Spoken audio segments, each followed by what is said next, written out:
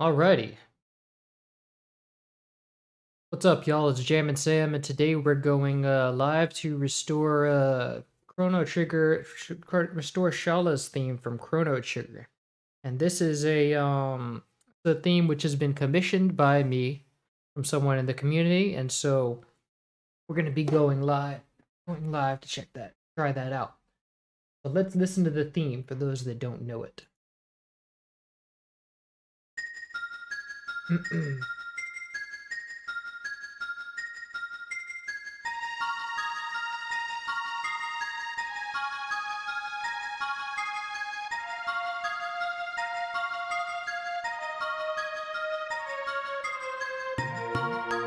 Alrighty.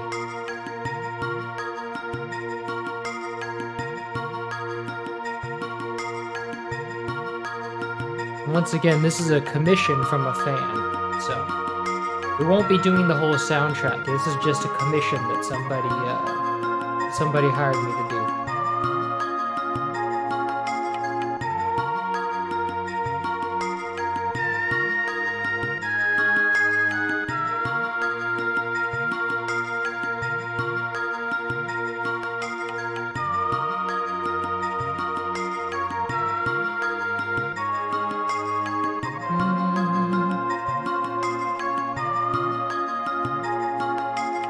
Glad you enjoy them. Welcome. No problem. Thanks for coming to the stream. Hope you enjoy it.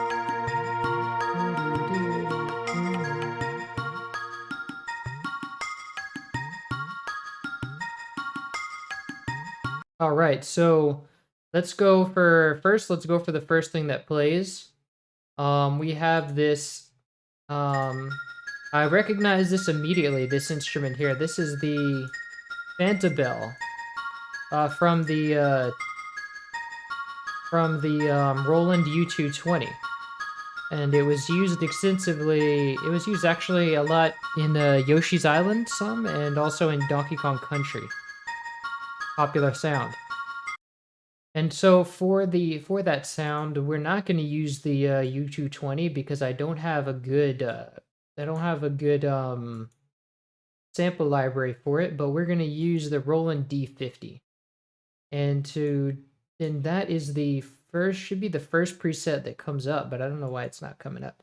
Fantasia. And then now you have this, but it also has another layer that we don't want. It's a string layer. So we just disable this partial. There's this partial on and off.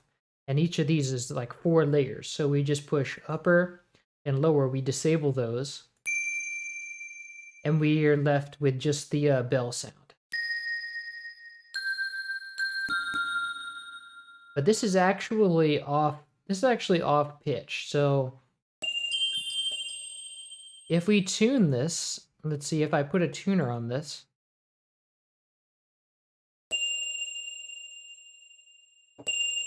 It comes in at pitched up. It comes in at A sharp 6. Actually, sometimes it even comes in at F. So it's kind of a weird. That's just a.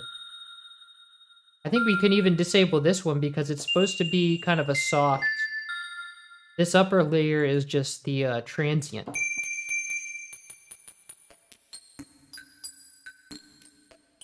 I think we can even disable that altogether. Okay, so it's chiming in at F, I think is the note.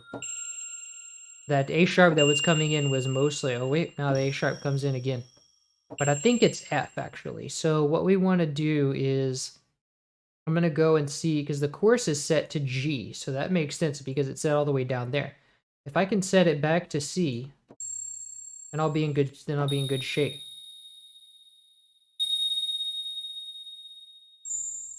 But it's also pretty high on the scale, so let me see if I can go all the way down to C1. Yes, that works. Just to get a good mid-level. I think that's actually not even right. But we'll just tune it with the sample. This one's always a bit weird. One thing we also want to do is disable the reverb. And so you do that by going to patch and turn down the reverb balance to 0.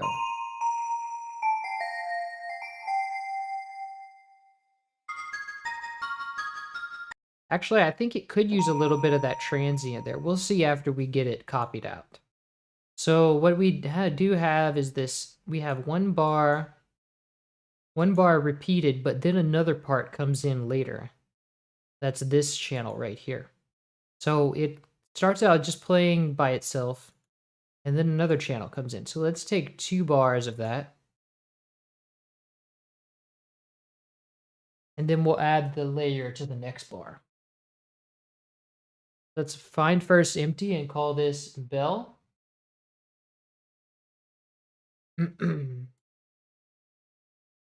Paste it here.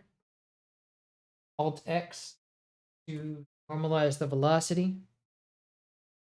Have you done Corridors of Time yet? No, this is a commission, so I've only done, this will be the only track that I have, in Chrono Trigger that I plan to do, unless someone wants to, commission another track. So it goes up an octave for 1. And then let me check the tuning on that. I think it might be, because I don't want to change the notes, because I want the notes to be accurate. Let me use the tuner. Actually, the D50 does have a fine note controller, and so we have, see, that. But it's still out of tune, so let's try to go up 2 semitones. And let me make sure that the range is 12.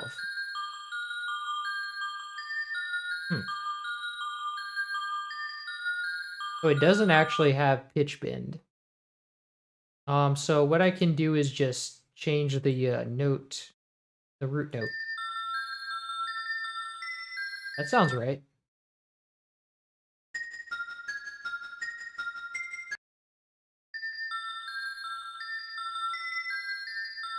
And I think there is some of that transient in there, actually.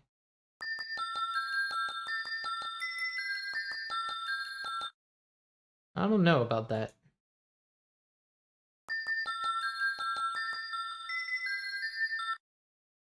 So we might just, it might help if we just edit the, Actually, I think that transient is in there. It's just, we might have to put it at the same tune.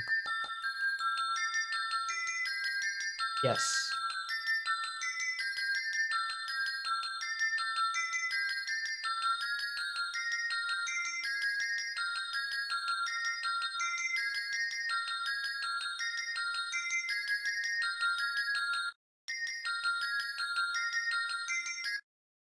But this one is also, so it's also, now it's out of tune because one of these are just not tuned right.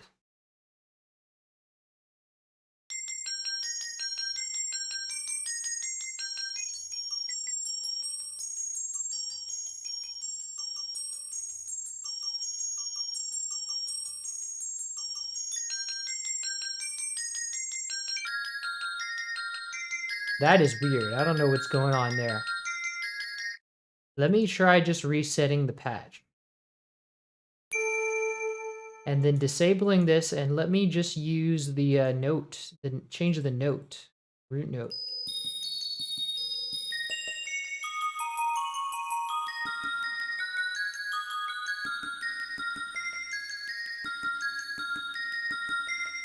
So that's right, that works.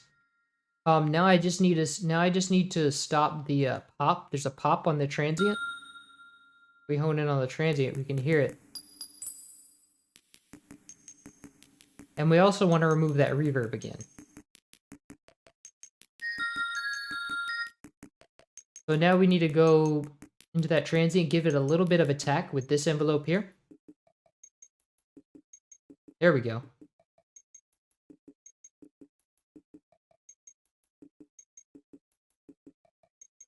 And I think all of it is already up. It doesn't really matter which one we do. So now let's go to the there's an envelope that we want on this part of the bell. We want it to be kind of, it's kind of sharp, like it's kind of a short bell. Like it doesn't fade out all the way, but it does have a like low sustain and a short decay. So let's try. I'm not sure what exactly all of these knobs do, but let me see. Ah, this is the sustain. That's about where it sustains at fret at 50. Oh, I see we have a guide here. Key on, and then L1. Oh, L1 is the level. And T1 is the time. T1 is the time from key on. Let's see. And L2 is all the way down, so we want to set that to about 50.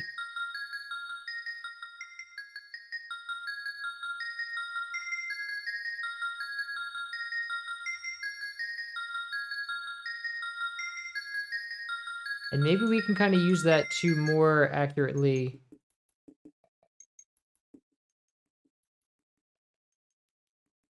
because we want to. See, so that actually makes it fine, makes it even better.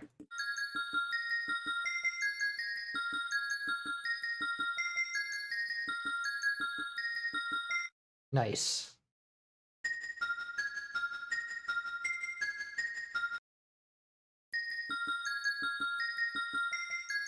And I think there's a little bit of attack. It's louder, first of all. Let's raise the volume of this.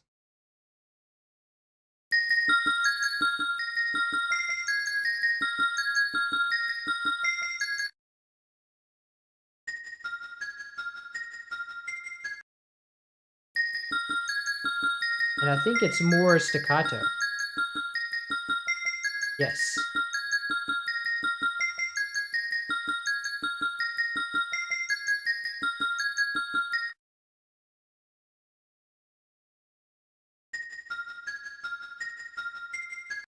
There's also reverb on it, but we'll get to that later. And I think the attack, even on the on that transient part, is sharper. Let's see.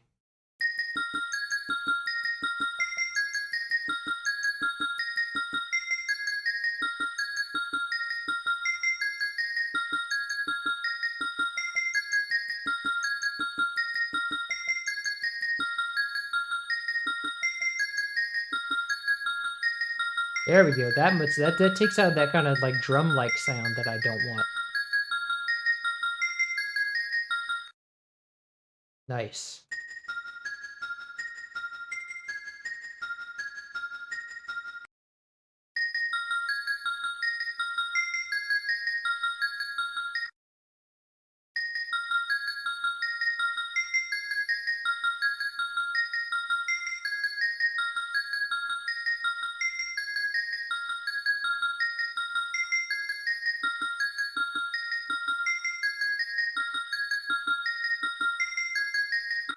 Nice. So let's see what that sounds like with reverb, because I know reverb is going to make a big difference. So let's call this bell.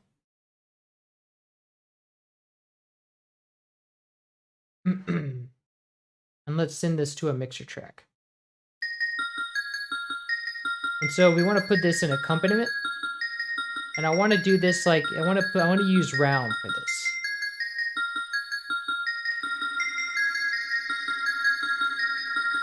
Make it a little bit short, like 2 seconds. Sounds good.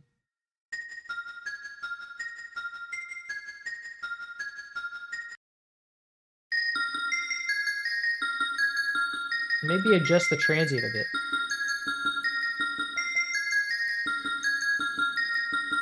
Yeah, I kind of like that sharp transient.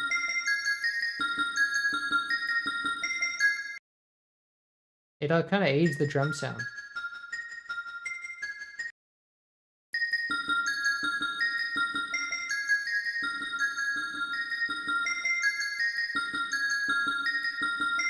I think we might also want some delay on there.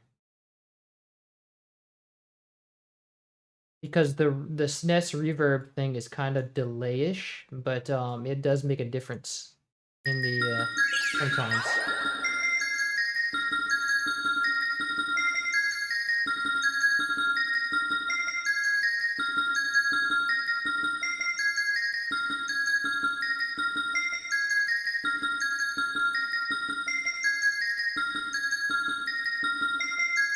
And then just to take out that lower part, because we don't want all those like drum-like sounds in the end, in the bottom end, we'll put a high pass on it.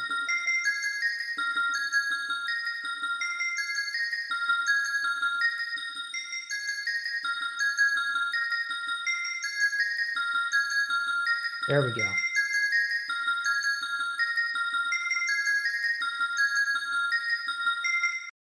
That's sounding pretty good. Actually, I think it kind of does. It doesn't have so much release. So let's try to kind of take that down. So the release end level should be down 0, and then the release time. And then I want the sustain level to kind of be. I want to take the other level, the sus level down, and then.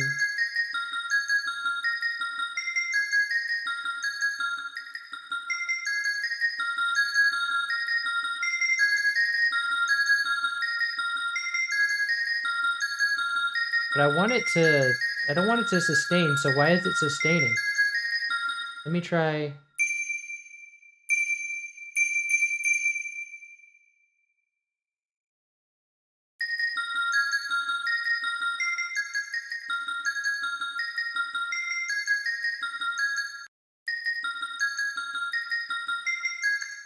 Nice.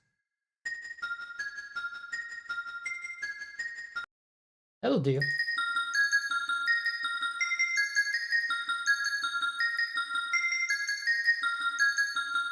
And I kind of want another reverb on that just to like. Let me try Fruity Reverb too, just to get that mist in it.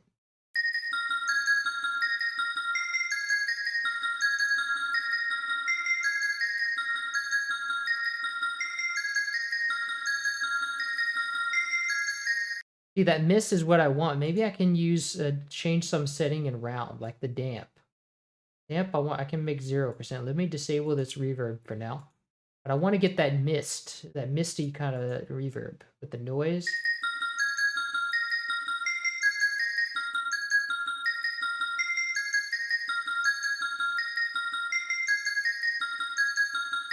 High cut is off. Yeah.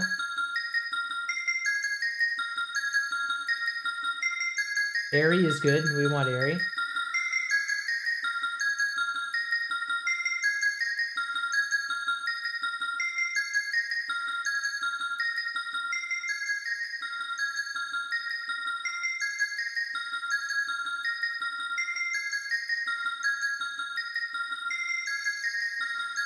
Let's use that fruity, that reverb.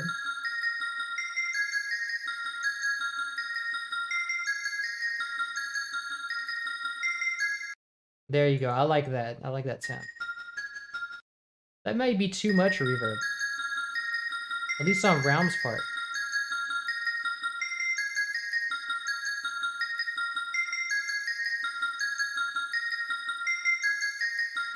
I do like that combination.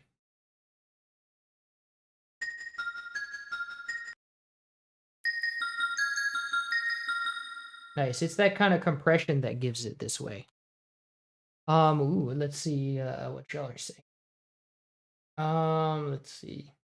Have you done for? Are you kidding? One of the most iconic things. Welcome, y'all. All right. The most absurdly good song in this game. All right. A roll. Has it come to you games like F-Zero, Battletoads, and Battle Maniacs Adventure Island yet? And would you consider commission to restore these games? Yes, I will. I would consider any song to as far as a commission goes. I'm guessing the gamelan preset didn't sound right. Well, we can actually try that. We can actually try that preset. You said it's a gamelan. Let me clone this so I don't ruin what I have going here. I don't even know which preset, which number is the gamelan. I don't see gamelan in here. Oh, gamelan bell. Let me see what layers we have here. Not that. Ah. That might actually work better. See what this does. That actually does work better, I think. But it is still out of tune, so let's see. Oh wait, no, it's actually in tune, but we set it out of tune because the phantom bell patch is out of tune.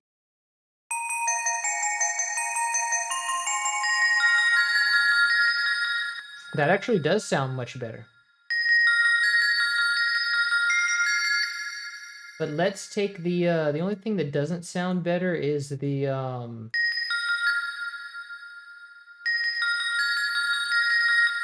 thing that doesn't sound better is the envelope.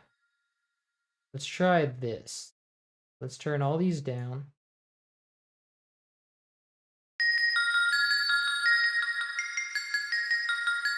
There we go.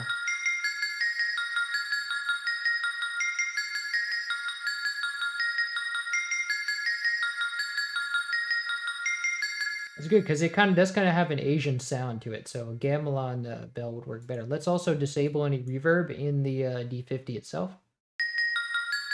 Yes, that works.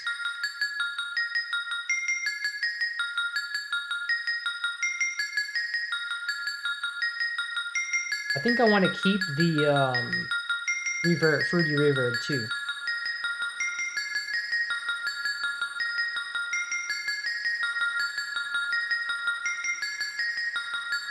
But not the delay. I think the delay is too much. Yeah, the delay is too much.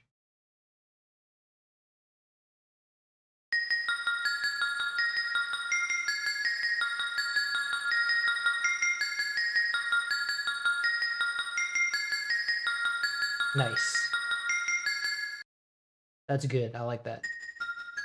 But it does have a bit more attack. Let me see if disabling the transient makes it better. No, I need that transient because it has this metallic sound. But I just don't need it. I can just give it some attack. Like this.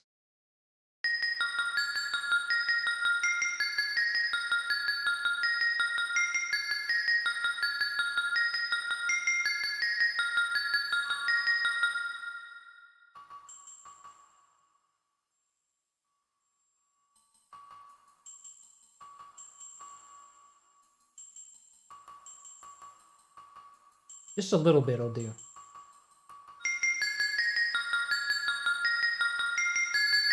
Oops. Oh. We have a whole sample to use, so.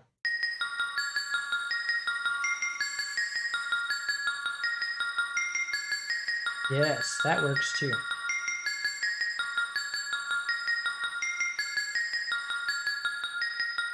Also, the bell I need some attack on the bell too. Yes. That works.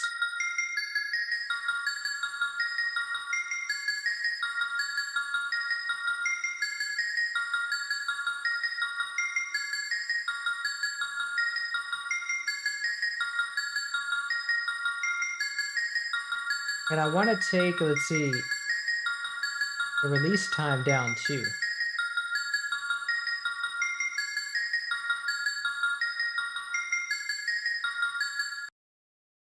Boom. Nice.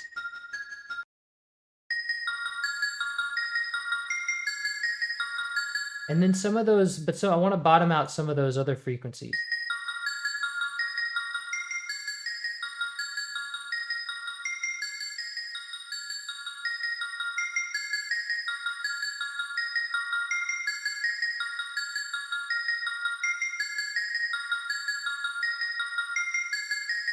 Nice. Yeah, some of those lower frequencies I want to take out. Cool, so that works for now. And let's see. Oh, I remember doing this theme as well. It's real good. Oh, yeah, you did it? Okay. Welcome, welcome, Xavier. Oh, we got $5 from Crimson Deception. Thank you. Appreciate you. You ever hear this Wiz Khalifa beat? Never been sampling this beat. I have not heard that. I've only heard that the Tim Carlton's Opus 1 kind of reminds me of this. So, the saddest tune from Chrono Trigger, but honestly one of my favorites. It's not really that sad. It's kind of chill, I think. It's kind of like that's just kind of really cool and chill for me. I need to learn to tweak. Yes, learning reverb is good. Commissions, can you do a GBA tunes despite the bad sound chip? Actually, the bad sound chip makes it even better because then it'll sound better. But the question is like the thing is I can't get the notes from the GBA. There's no way to convert GBA music to MIDI. So it would have to be done by ear. So if you're fine with that, I've just never done GBA before, so that would be definitely a leap, but I'm sure I can make it happen. We shall see. Depends on the game, I guess. By the way, huge fan of your restorations. Thank you. Welcome to the stream. Please do Gradius 3. Please give me commission. Awesome. Good to know. Look, this theme is one of my absolute favorites. I just found your DKC restoration. I'm looking to see how this one turns out. Oh my god. It says, all right. So let's go into this theme. Welcome, y'all. So now we have another layer that goes to this. And we have, let's see, it's this right here. Let's copy that. And let's put it goes, let's Alt X to change the velocity. And this is gonna go an octave up, I think.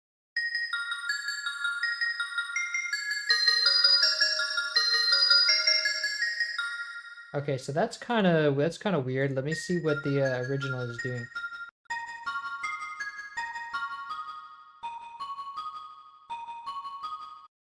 Nice. No idea why it's so sharp, but I might need to create a new patch for that. So let me clone this. I can actually delete this and clone the other one. And so this one will be for the other one, the other bar.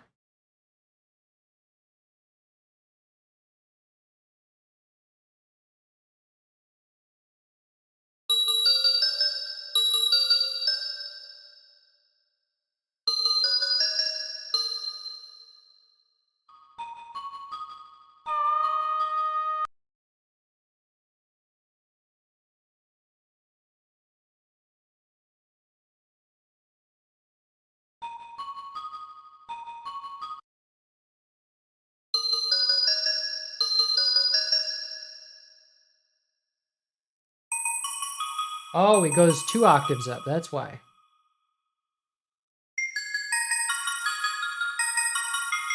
I wonder. I thought that sounded like way too different.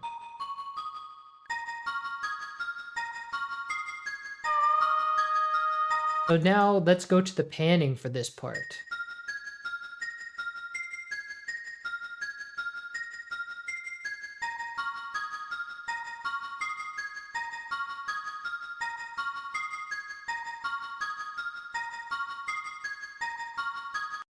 So what we need to do is send this lower level to a different mixer track. And then let's have it feed into this one. So this one's just called this. Let's call this Bell 2. And so we're gonna put a panomatic on each of them. So we want to use, let's see, for a mount, I think it goes about 50%, 75%.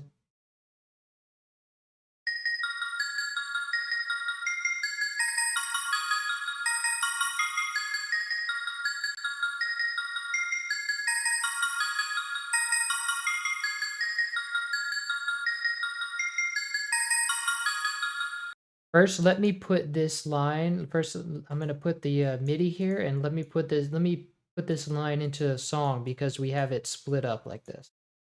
So here's where it starts, and then it goes into this part. So let's paint this all the way to the end. Now we have... Oh, it's playing those MIDI channels out. Let's see.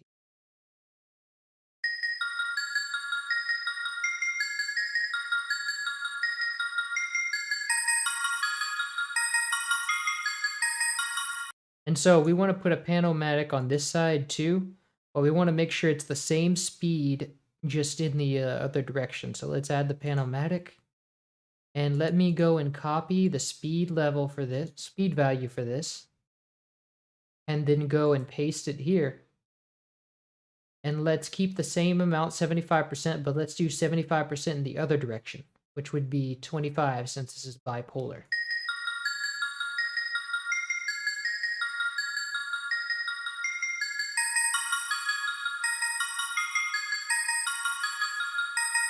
And now they're going in the same direction for some reason, and I don't know why.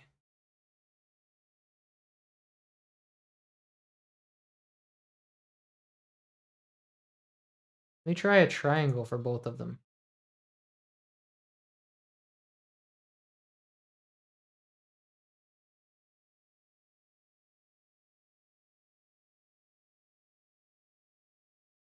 And I would swear that this would... Oh wait, okay, so the mount is actually not bipolar. It's a straight... okay, so that makes sense. So I just need to switch around the... I just need to swap swap left and right channels for...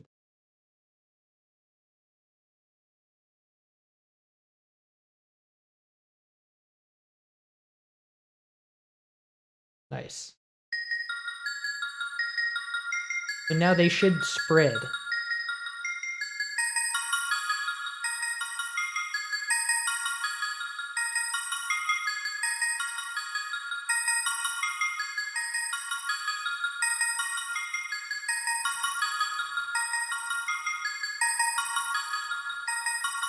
Actually, I wanna put back the... I wanna take out that high pass because I want to get some of those low frequencies.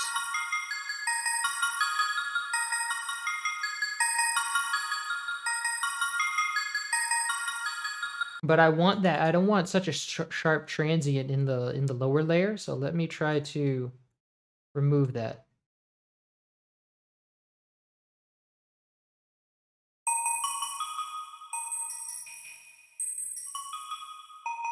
It's in the bell, in the top layer.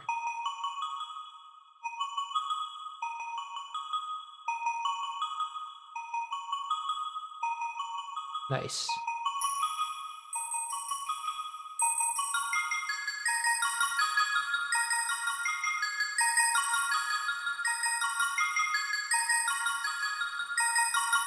Nice.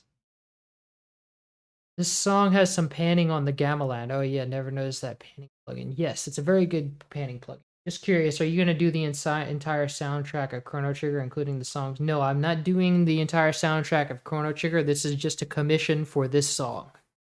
So we're only doing this song, unless anyone else wants to commission the rest, some more songs from the soundtrack. So we have this bell, and I want to insert a new track. And what is next? What occurs next in the song? We're going to go chronologically with this because it's Chrono Trigger, I guess. Next is the strings. So we have this string line that I think repeats. It has an intro here, and then after this, it repeats up to here. And then that's the end of the theme. So I'm going to copy this. Find first empty, call it strings. And this one is from the Roland JV80.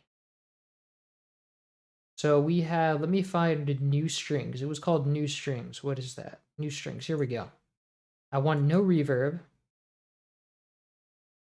So I just want to paste this here. Alt X to normalize the velocity. Let me play the channel first of all.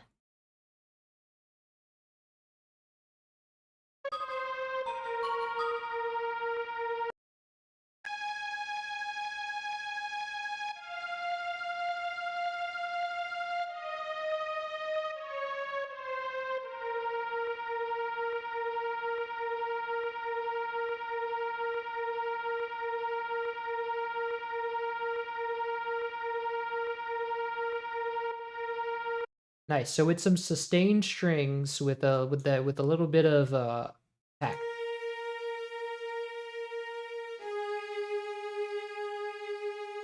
Just a little bit of attack. Let me I can keep the chorus on for now.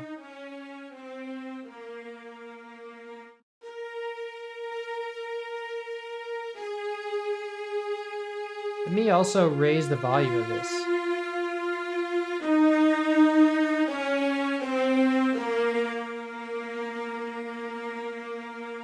And I think it's an octave up too.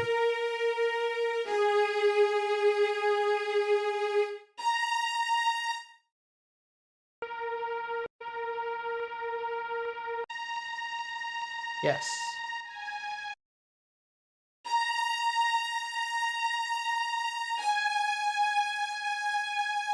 See, so it's kind of, let's check off this legato thing. I wonder what that does. It's also got a natural pan to it, it sounds like. And I want to remove this chorus for now. Well, no, we can keep it on because it has it on in the game.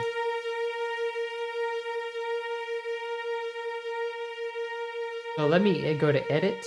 They have an edit thing here.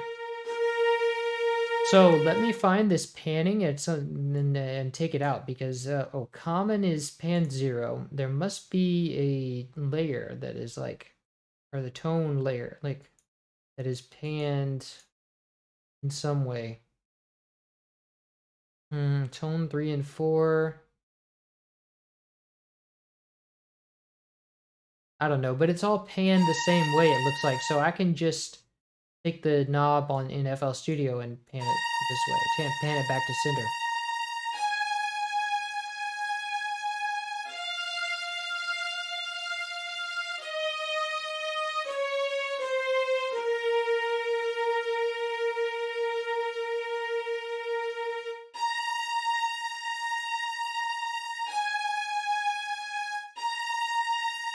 That's pretty center.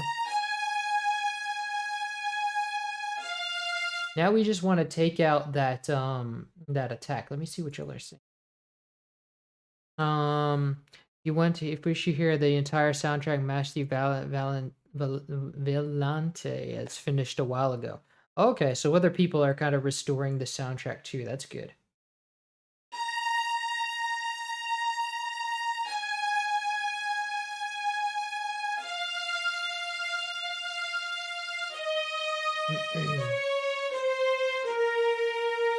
So now we just want to take out this transient. Let me see what all these layers individually sound like. If we have a transient that's in here.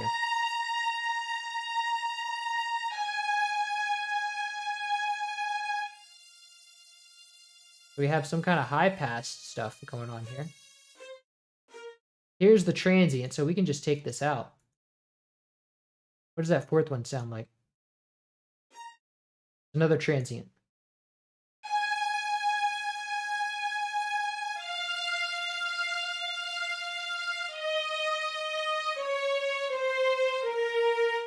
But we still need a little bit more attack. So let me find out how to get this. Okay, so TVA. This should be the TVA. That should be our envelope right here. Amp envelope for each individual tone. Do we have a common TVA? I don't think we do. So anyway, yeah, I'm just gonna have to go through with each panel. Let's do T1. T1 is probably what we want. Yes, see, it's updating it for us. Let's try a 50 for each of them.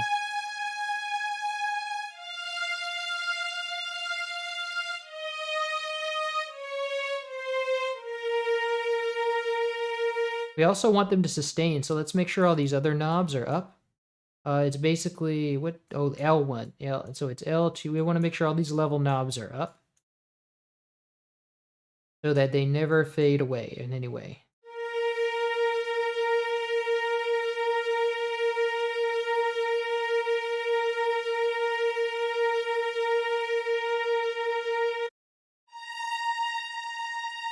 Oh, but I think I put I think the other level, this one is the release level.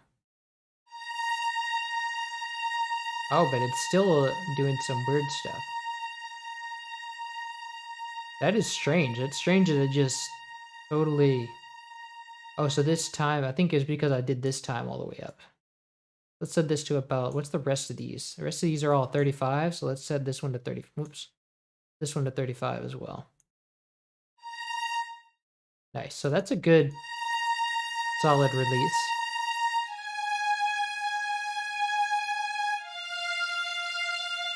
Cool. So that sounds good. Let's grab the other layer to this. Let me check chat first. Damn, you did an incredible work. Thank you, and keep it up. No problem. Welcome to the stream. So we have, looks like we have two other layers to this track. We have the next channel after that, and the very last channel. No, wait, no, we don't. What? Ah, then okay, it comes in later. So looks like this part. So this part, we have this part, and then it repeats. Okay. And then at the end, there's actually another bar. What? It's all, so we'll just extend the notes out. Actually, let's grab the whole thing because I think there's a longer note at the end. But actually, all we have to do for that is just extend the. Let me put it an octave up. Alt X to change the velocity. But actually, to get that longer note, all we have to do is just extend it out. And then, whoops, let's set my snap to be a step.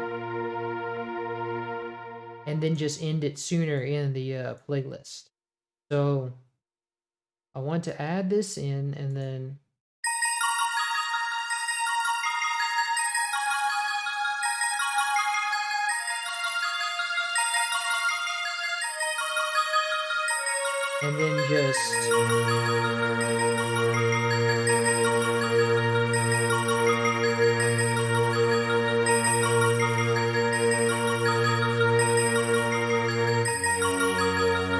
just repeats there.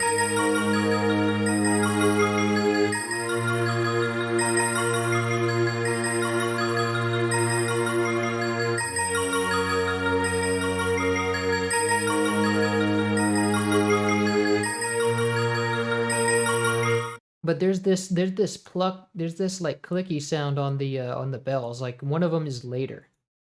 So for some reason, one of them sounds later, and I don't know why. So let me see why that is. Which one is later?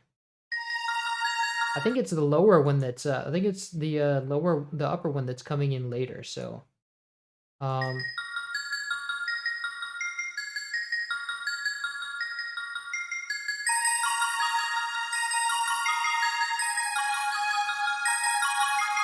it might actually it might be the top one. Let me try setting, like giving it a delay compensation, 25 milliseconds, and see what that does.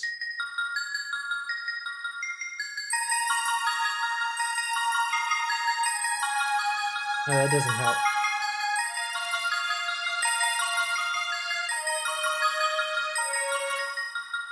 Let me try. I think it is the lower one, actually. Let me try just delaying it as a note.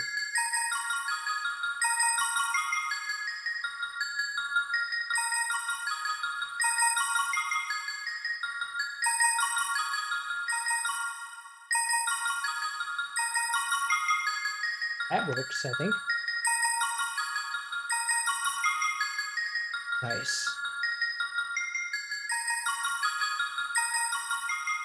But then when we restart the bar, this part is going to get cut off. So what I want to do is instead I want to make the, let me undo that all that moving stuff. So instead, I just want to make the other one later. So let me Alt drag this.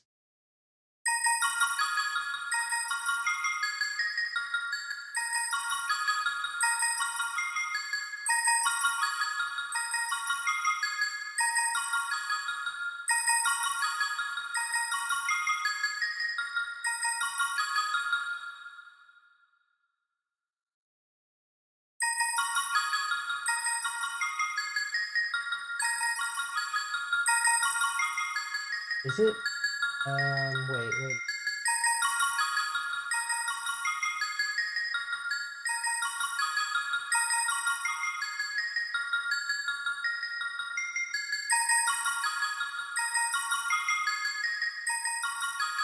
It makes it better for that one, but I think it doesn't quite. I think there's one note that's like off. One of the like the C sharp is also off.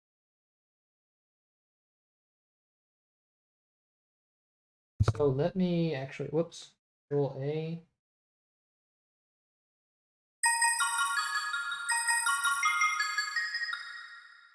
So I think the C sharp is also off.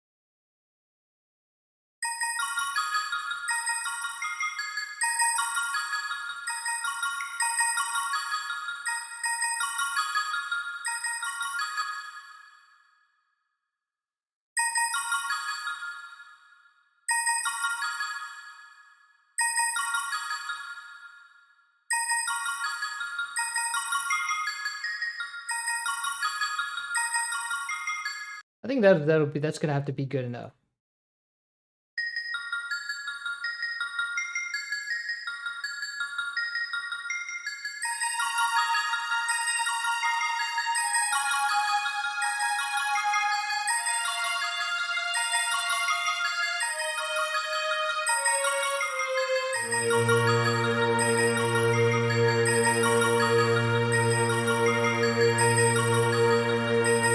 Let's call this strings.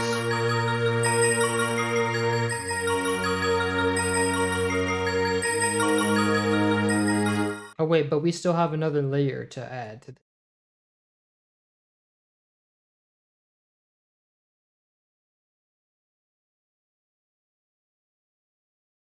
Really, it's just this right here. Actually, I want to grab this and this.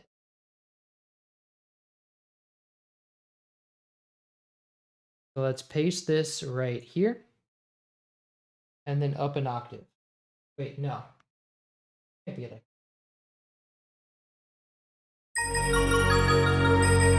Alt X. Let me check that MIDI. So we have oh wait, no, I think I just grabbed that same one again.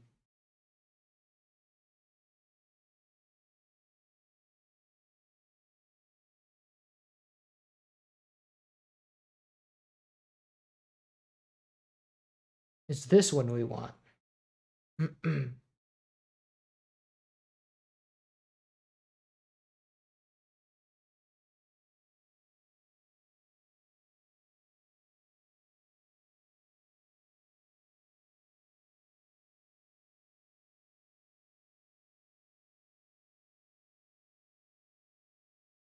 Alt X, change the velocity. And we want to go an octave up as well.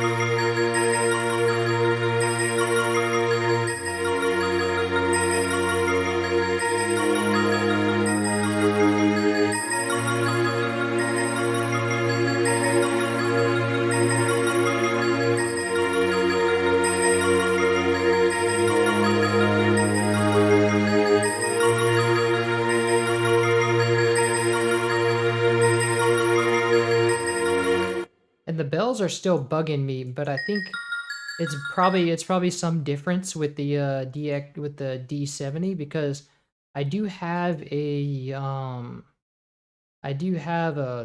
VST of the Roland U220, but it's not very good. It's not very high quality. So that one has the Fantabel on it. And so if I do that, let's just compare sounds. See which one sounds better.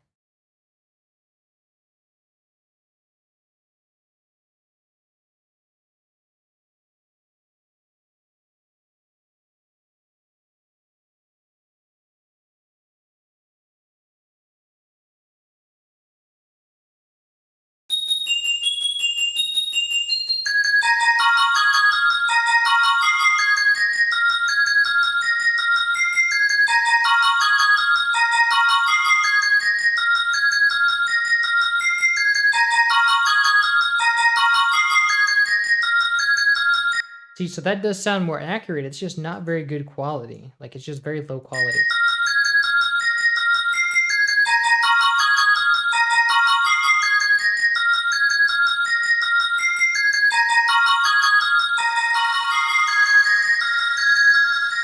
And if I was gonna do that, I would also have to clone this part. Press Shift C to select that.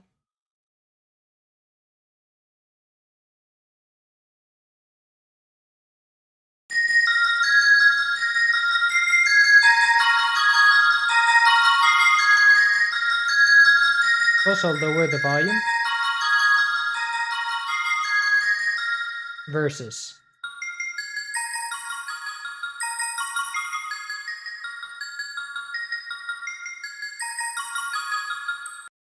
See, so that one kind of has it going on. And then I could also try the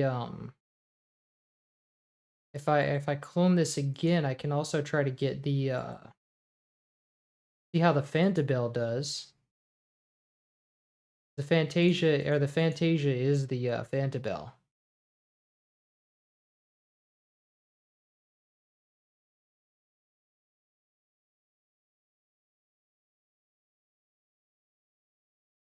It's just also out of tune.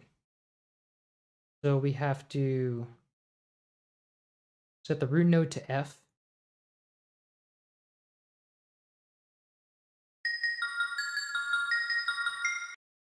So to choose from, we have these two tracks.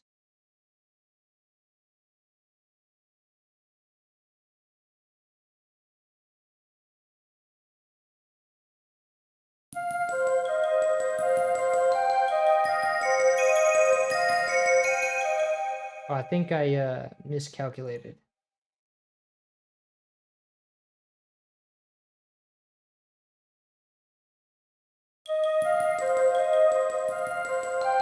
Ah.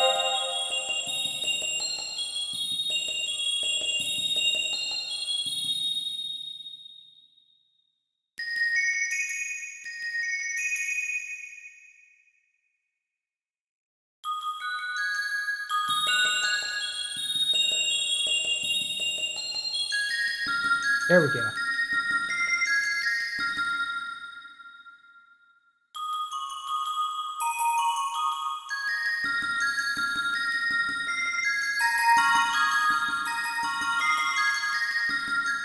So that actually, I think the Fantabel works better. So we can use the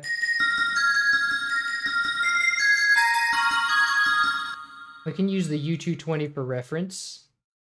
And then, oh, why is this going to a different track? Oh, this one's supposed to go to a different one.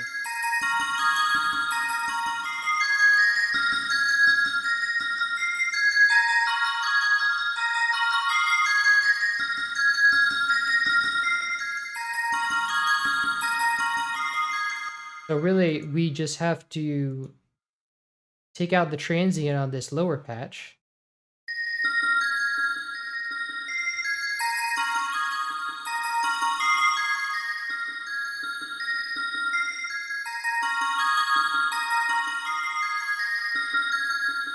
And on the higher patch, take down T2.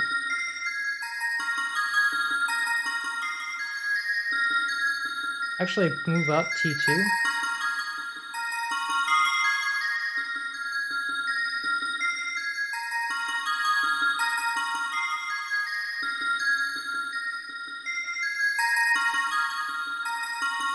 Take down L2, I guess.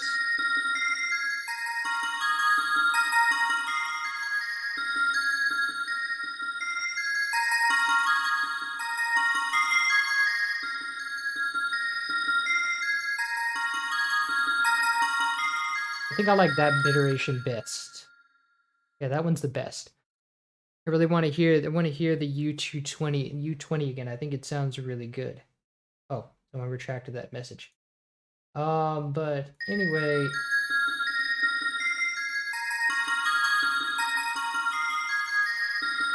Okay, so compared to the U220, it's kind of lower quality.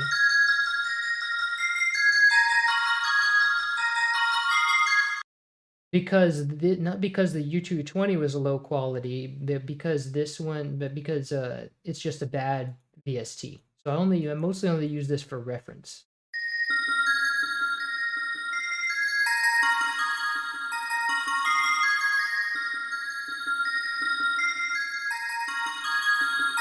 But why is it not panning anymore? It's supposed to pan.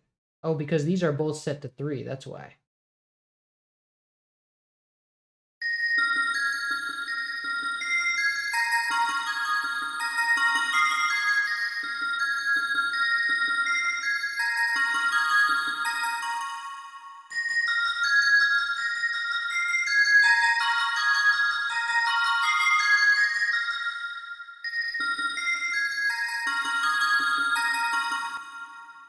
It's an envelope change, I think. It definitely sounds better. It definitely sounds more accurate on the U220.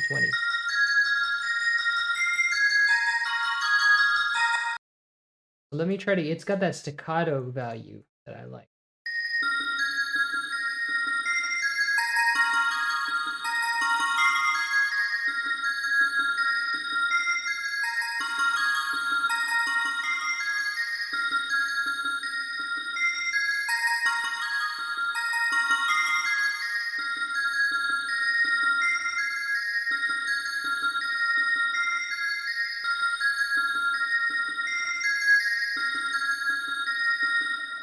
Oh, I'm editing the transient, that's why. There we go.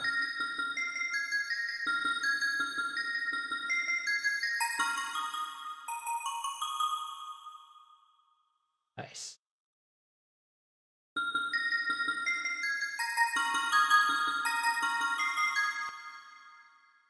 And then is that lower part on the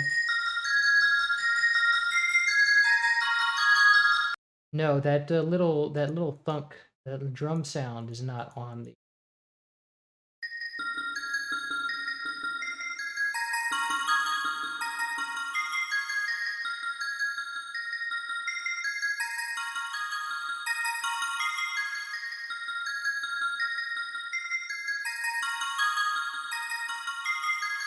Nice.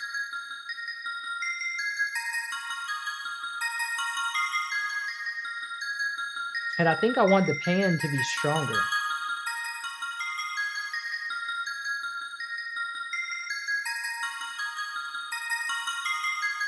Oh, wait, but actually this panning, it's not that the panning isn't strong enough, it's that it's going into both. So I have to just send this to reverb and process them independently.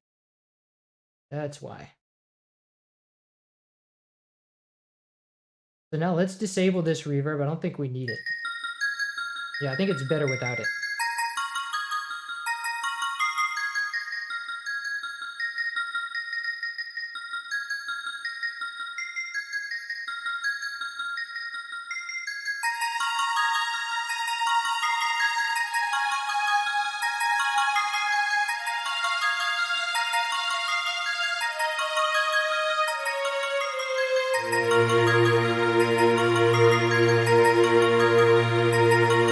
Take these strings down.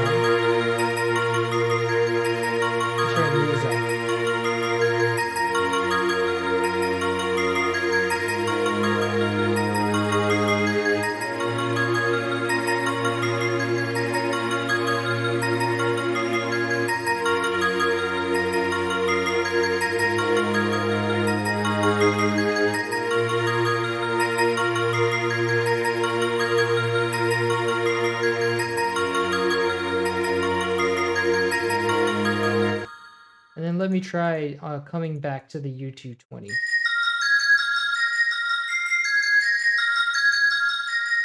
Yeah, I think the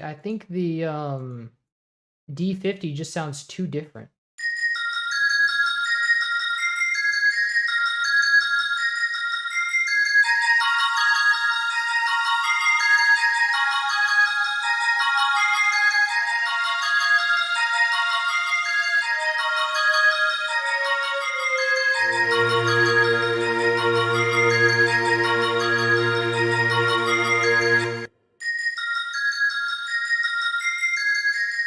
Yeah, I think the U220 sounds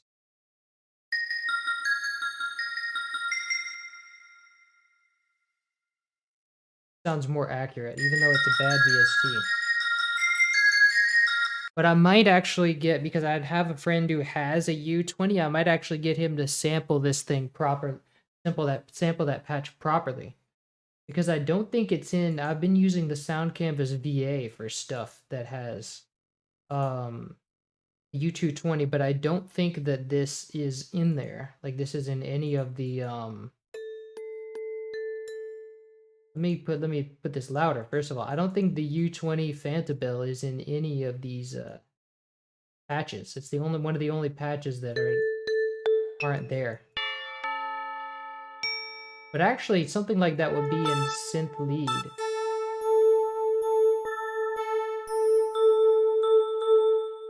Maybe this one. Oops. I have to select channel 1.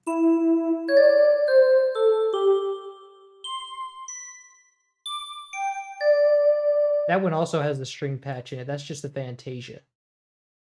It's the same one from the D50.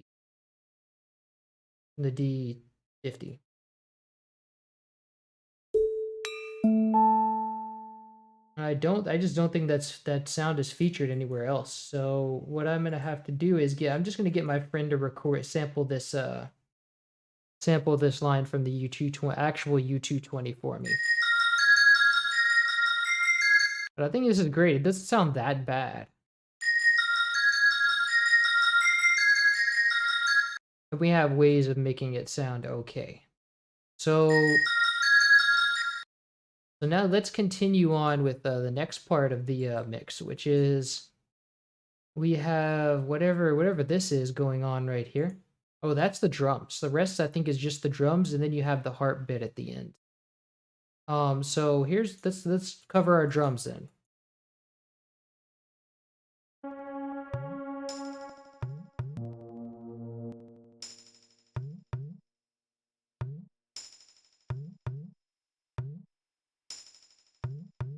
U220 is very accurate but has fuzz. So I know somebody that's gonna record this, so we'll use it for now, and then I have somebody that I can, when I do the YouTube video, I'll go out and change it out. So let's so this beat is a tabla, it's like a tabla and an udu or something like that, and it's some Indian stuff, some Indian instruments. And so I'm gonna go and grab, here's our tambourines. And I think I can safely remove the.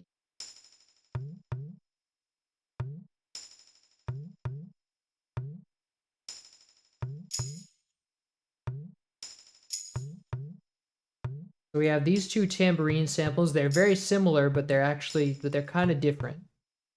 If you normalize them, they're just two very similar samples. But they're just slightly different, so we can use both. So, and then we also have these 4 tabla samples that are used here. So that's this one. And so let's go grab our beat. So we have dun dun, and then these lower it's a 1-bar loop. And this lower note is the tambourine.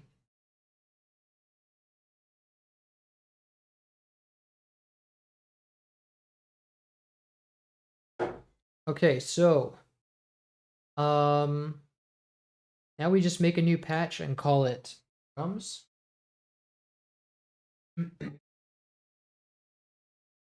And so the tabla 3 is what we want. And then let's take this note out. First, normalize the velocities. And let's put this note here. Now we have we have a round robin sample, so we want to use 2 bars actually.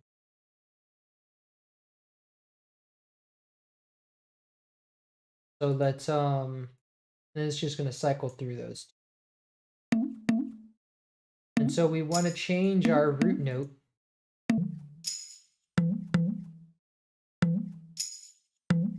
And let's check that in the original. So it's lower.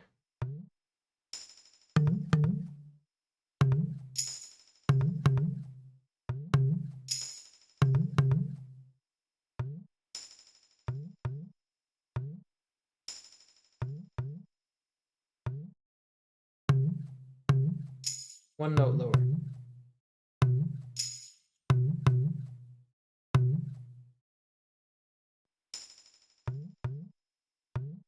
Actually, it might be a half note.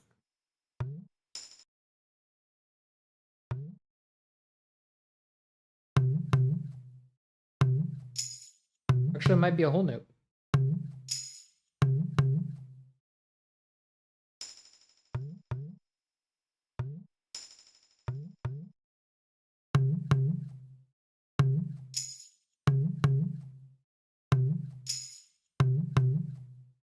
Actually, no, it's a half note down.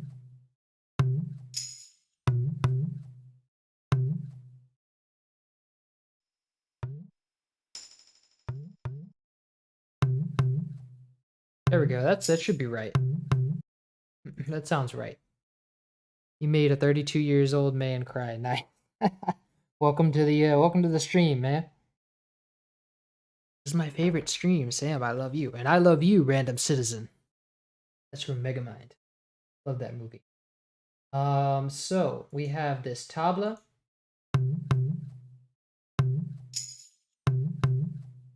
It looks like it's got some natural reverb in it, but that's okay because we're going to put reverb on top of reverb, so that helps having natural reverb.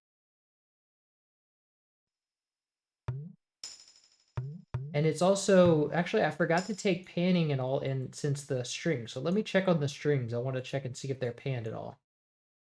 Doesn't look like it. I know a lot of do we have, are these are doing like a delay thing, actually. Okay, so these, oh, actually, so this is a new thing. So we have some volume envelopes on the bells, which means that those double notes of the bells are not actually double notes. Those are delay notes. So what we want to do is actually remove those.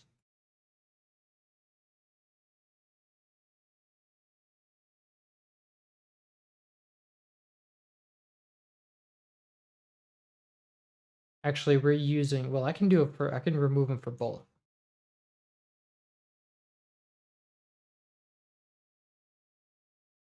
Let's let the rest of those notes ring out another step.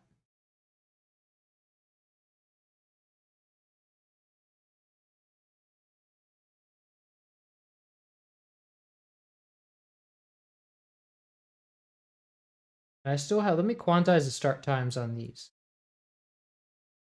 I still have it set up where I made them later.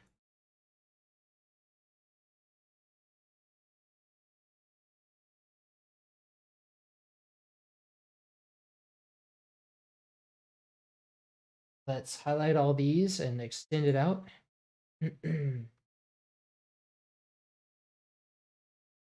Highlight these, extend it out. And actually, I think we can do away with these. Well, no, actually, we can keep them in mind. Let me check how they sound one more.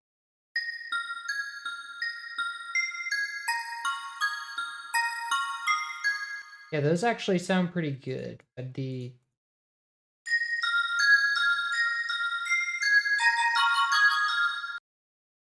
I just think those sound better in a way. I kind of do think those sound better. So let's go. I'm still gonna make the same changes. So let's grab this.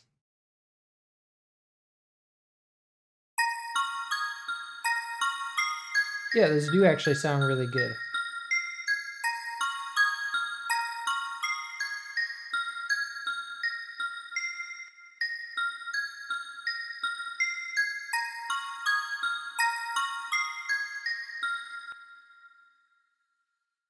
So let's give it now. Let's add the the delay channel in there.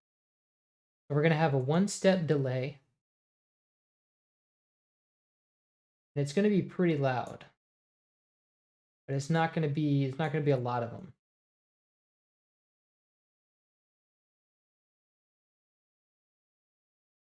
And so now we just need to do the same for the next channel.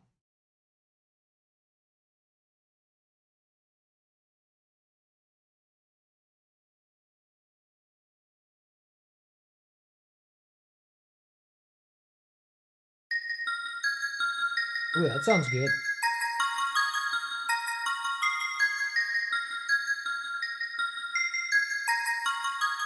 Oh, this does need to go into accompaniment as well.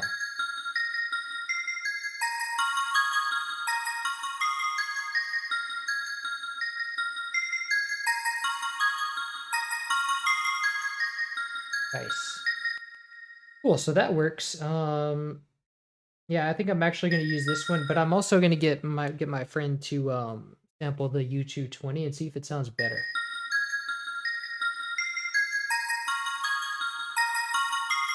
Nice, but this sounds good. This sounds like the better option for now. So, the strings. We want to see if there's any pan. I don't think there's any panning on the strings. I think the strings are center.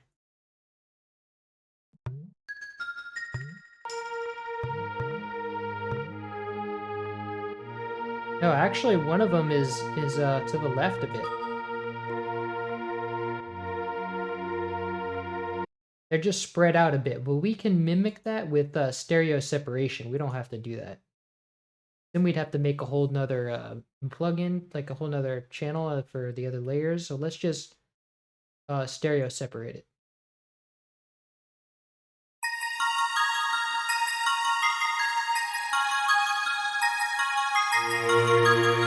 Now it sounds spread out.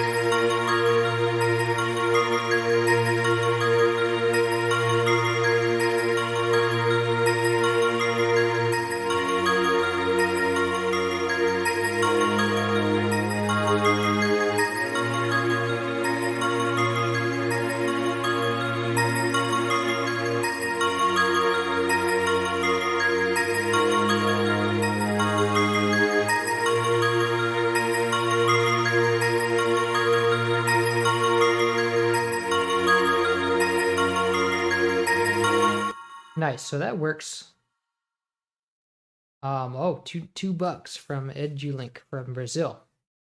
Thank you for this remake. Love you from Brazil. Thanks, man. Pleasure to have you here. I saw a bit of it not long ago. Oh, that was the you're talking about the musical. Be careful not to spread yourself too thin. Yes, I have been streaming for 3 hours already today, and I took a break.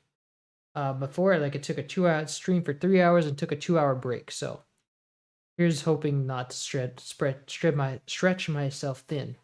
Say. But this theme isn't too complicated. It was just hard to get the bells right.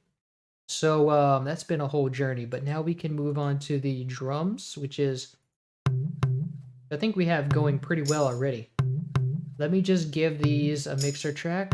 Let's take this to number 1. The tambourine can be number 1 because it doesn't use number 1 by default. Let's call this tambourine.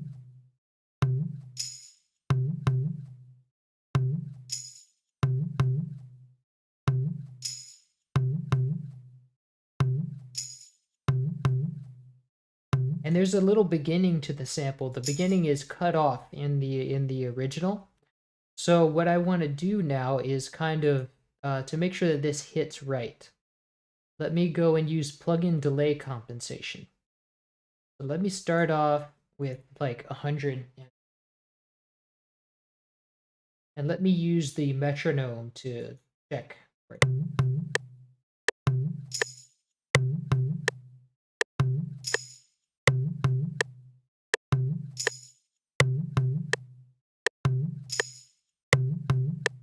And I can check that with a limiter app because I don't want to use, see, it's a little bit too much, too early. So let's try 50.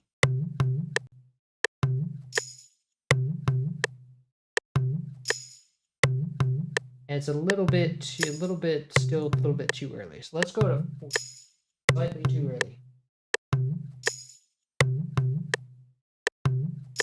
That's good enough.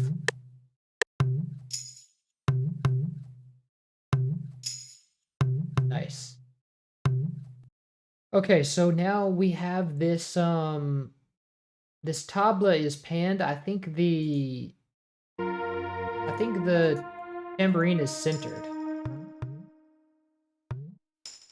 No, the tambourine is to the right and the tabla is to the left. That information should be reflected in the MIDI. And let's go ahead and I'm going to put the drums down here.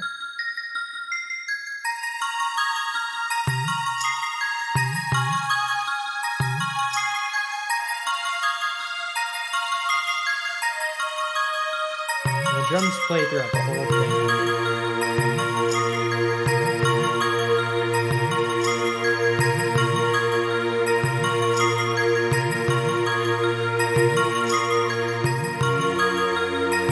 Actually doesn't give me panning information, so I'm gonna have to make it up as I go along. I'm gonna have to approximate. Let me listen. Listen up. That sounds like maybe, let's start with 50%, but it looks like more. Actually, it sounds a little bit like more. Let's try 62%. Oh, that's the tambourine. The tambourine, we want to go into the right, so 62% to the right. And for the tabla, let's try to the left 62%, because it looks like it's the same amount. Sounds like it too. Yeah, that sounds right.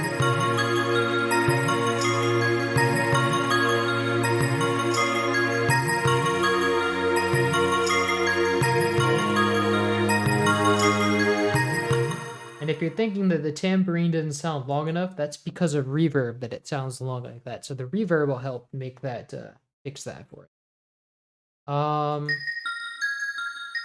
That's cool. So let's move on to our next part, which is there's another layer of drums that we have here.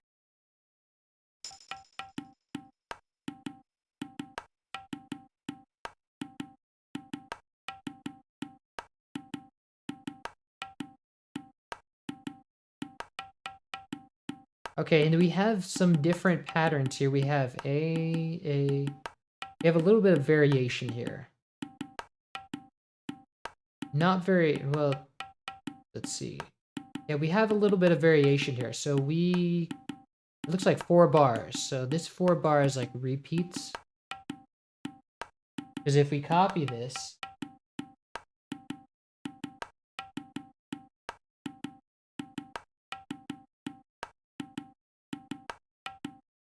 we put it down a note, this is going to be like, yeah, this is the same. So this is the same. The next 4 bars is the same. Yes. Same. Same. And the ending is the same. So we just have that 4 bars. I'm gonna make a new patch and call it, actually I want to make sure that this one doesn't change either. I think it doesn't, because I would have heard that if it changed. Oh wait, I think yeah, it does actually. I want to make sure I reflected that other one in the, I think I just duplicated. No, yeah, I didn't reflect that in the So I'm gonna grab this this bar again. And are there any more changes? I want to check. These are small enough. These are big enough notes that I can check just by my eye.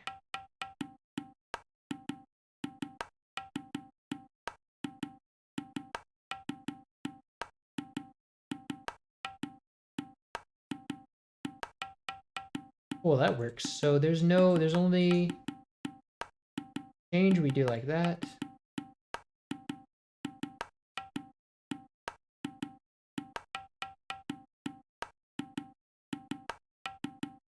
And so we have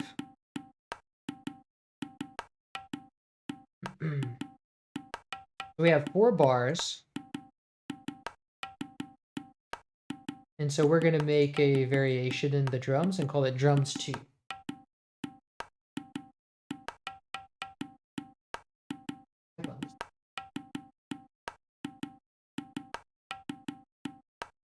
So now we have to find which samples. One of these samples is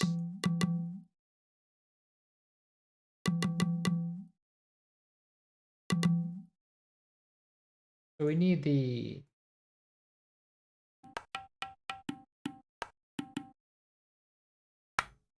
this is the slap. And this must be the lower one.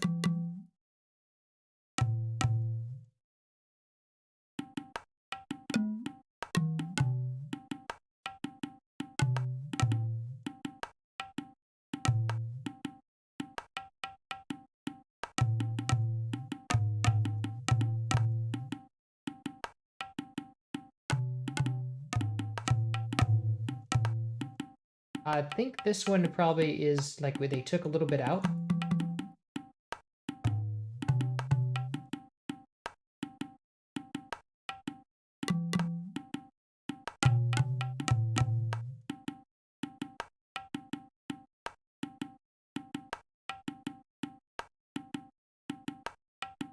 So let me, yeah, we'll use that. Let's see.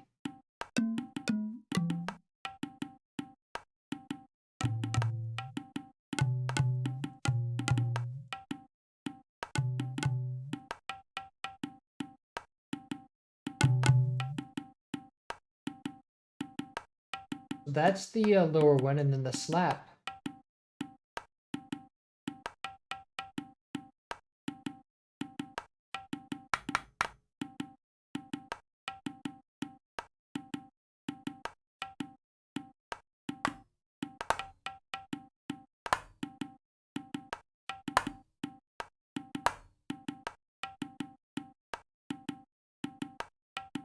Also normalize these velocities.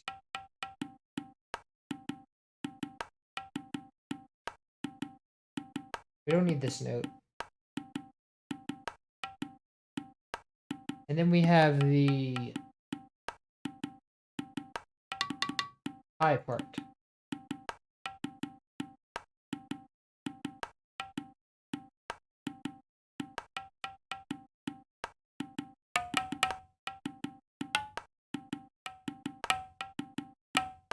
This, I think that's the right note, actually.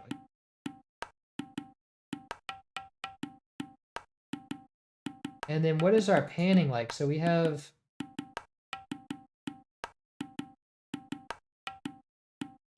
sounds like 30%.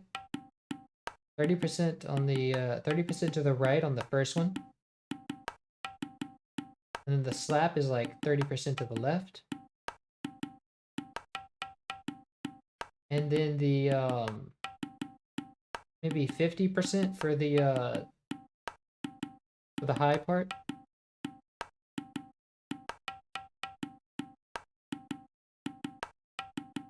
Let's try that. This one's too long.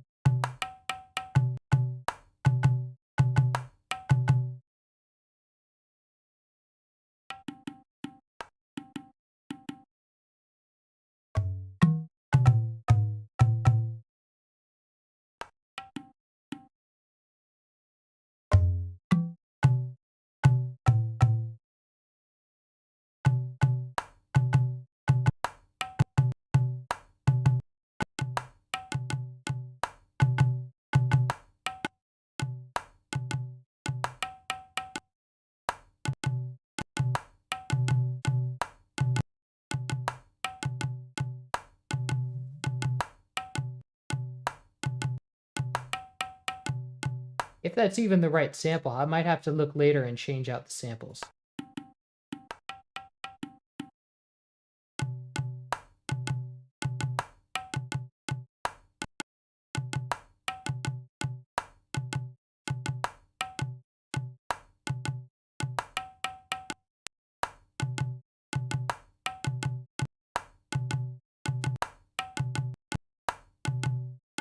But I might just put an envelope on it, to be honest, because I like having a little bit of release on it.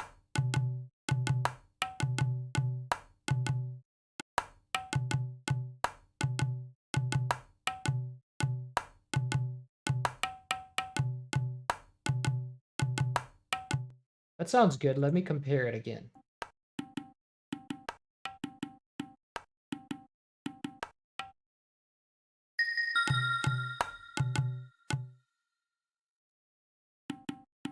I think it's a note lower, actually.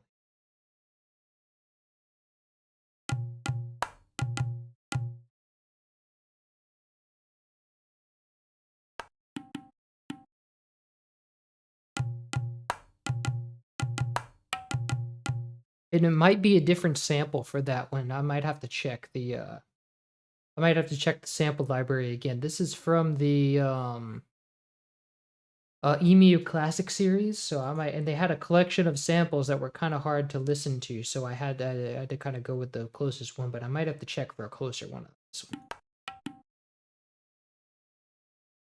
I'm just getting to zeal in my playthrough stickers. And now, let's see, $5 from 30 odd dick. I'm not gonna try to do this. So you're probably getting to this, but I think the note in the tabla is a little off. Yes, these notes are a little off. There's a lot of these notes are a little off. So, but I think that first one might be the wrong sample. Schala is freaking awesome. Her theme is phenomenal. Glad to see you working on it. Great. Glad to see you here. So let's get to tuning. I think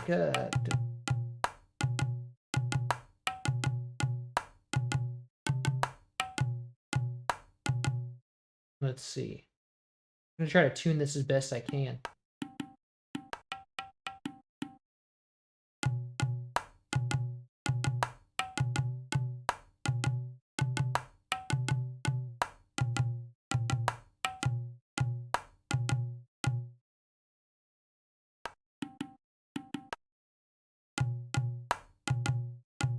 I might just not have that click. I don't know.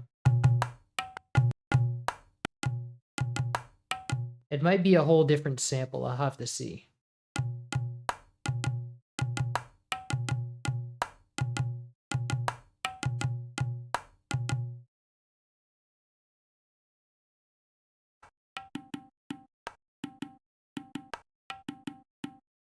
Now then that slap. Slap I think is right. And then the high tabla.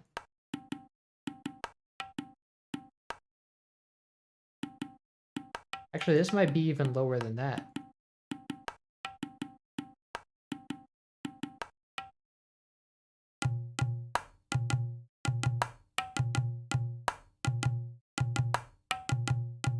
This one might be higher.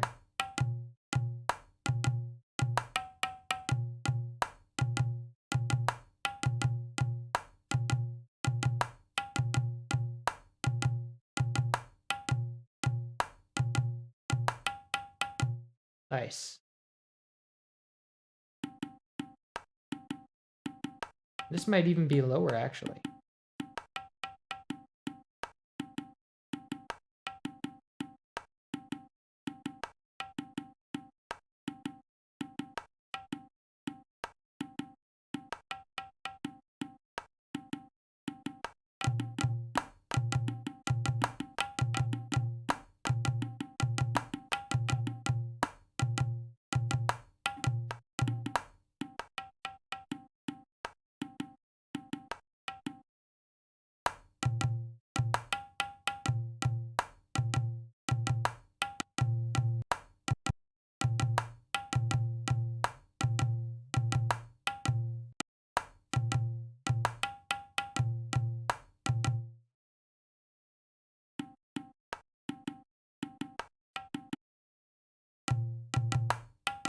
I think that sounds right. Let me know if that jumps out to anyone. Pronounce 30 odd 6. I probably yeah. Oh yeah, no, I didn't. I didn't think that. I can see the 6. 30 odd 6. Okay, okay, I see that. No worries. All right. So it looks like we've got it. Let's see what it sounds like in the full mix. Let me add these first. Just drag these everywhere.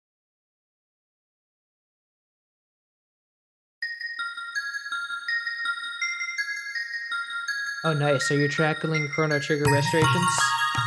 No. Try going. Okay. Try going up one note with tabla 2. Let's see.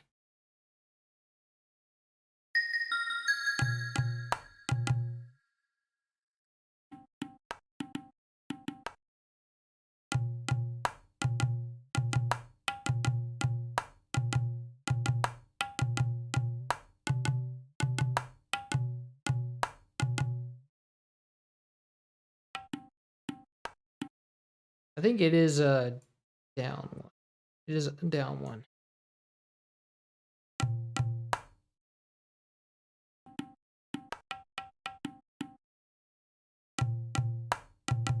But it might be a half up. Yeah, I think that works.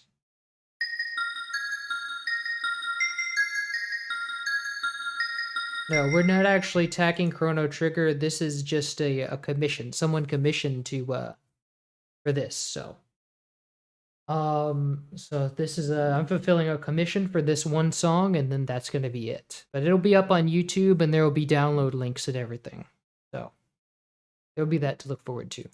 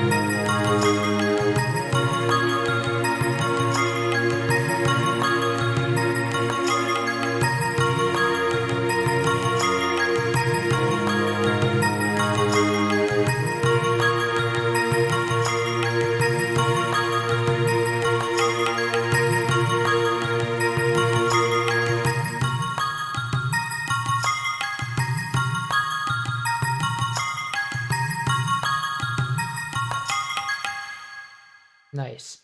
Oh, also I forgot the lead melody and the harp part. So let's go through the lead melody first. For the melody.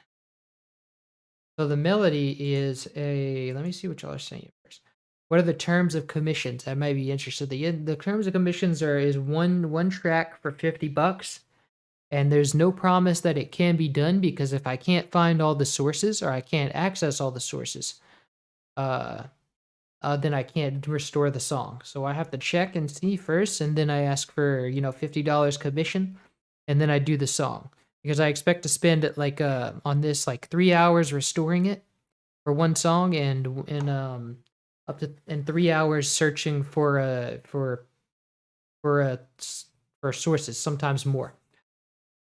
All right, and let's see. So we have um we have this melody that doesn't really repeat, I don't think.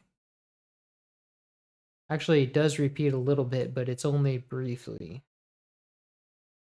Yeah. So we have this melody, and that is played on the Proteus 2. So we should add I have in my sound fonts list copy of the Proteus 2. presets. And then we want to select, want to find oboe. I think, yeah, it's the oboe. So we want to go and find empty and call it melody.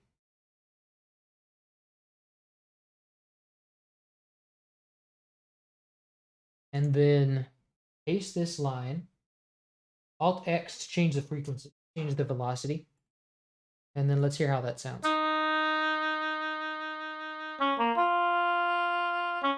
And so I didn't actually hear the original yet, so let me see how that sounds.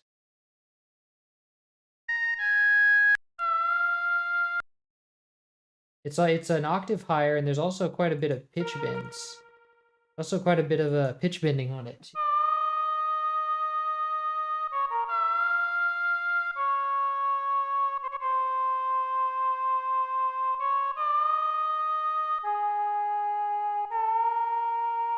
Pitch bends that I really doubt are reflected in the MIDI.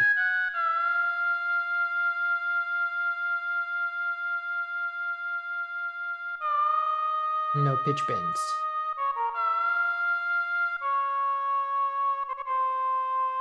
So we're gonna have to manually input the pitch bends.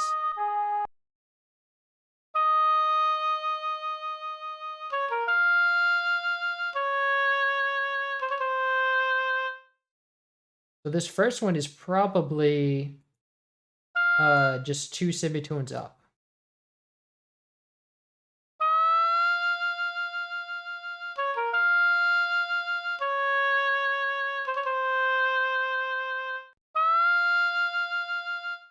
Let's see how that sounds, how that compares.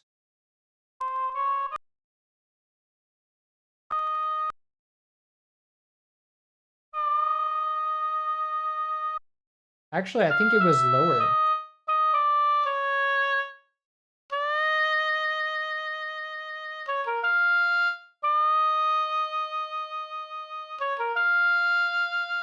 Yes, so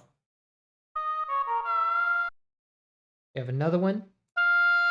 And this is the top, so we want to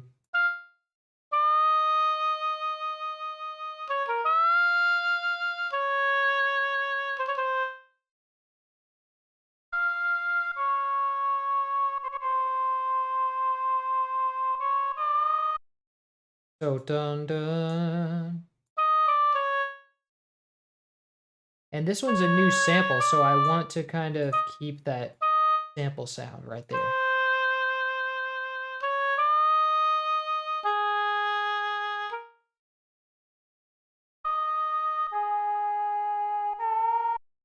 Another one.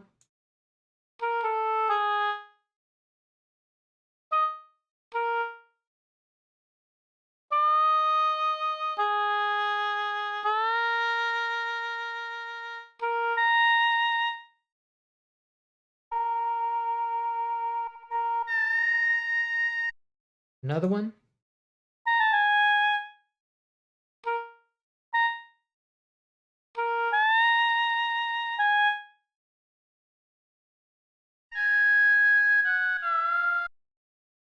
And yet another one.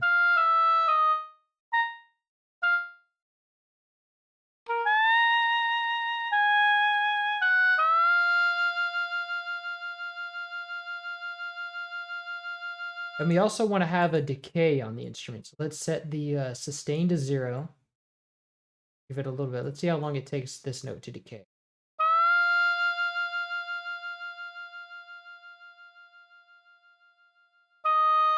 That's about right.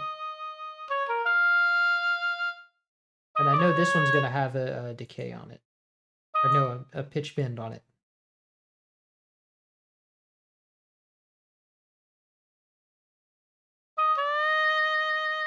Oh, this note is, I don't like this note. There we go.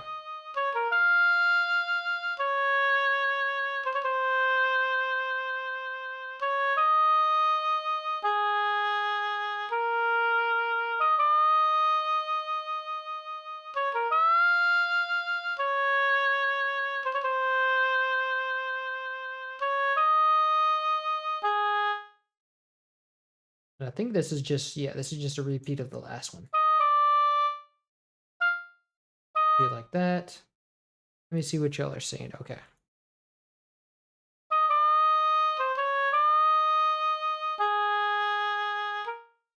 Okay, so let's see what we have next. Looks like we have some vibrato.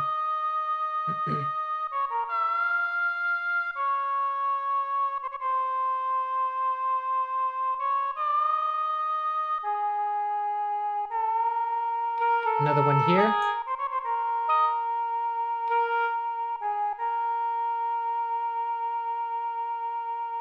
And that's it. Let's make sure we might have some built-in vibrato on here. I think that's taking care of our needs. Yes, we do.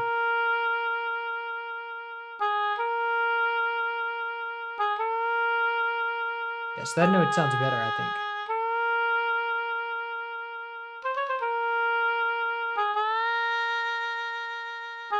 Actually, I like that note better.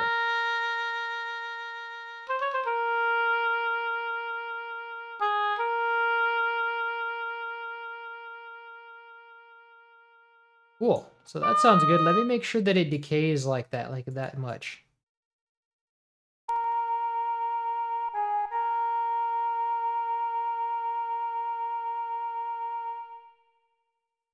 Okay, so it kind of does. Well, no, it doesn't. It just, I think it drops off. Yeah, it might be longer. Let's do longer. Maybe even longer. Maybe just do the full thing. Yes.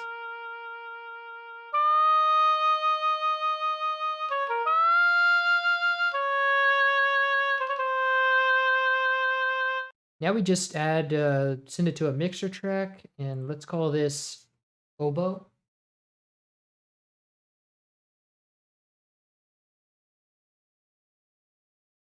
And add it to the lead reverb channel, which we're gonna set as being round. And let's set the decay to 2 seconds.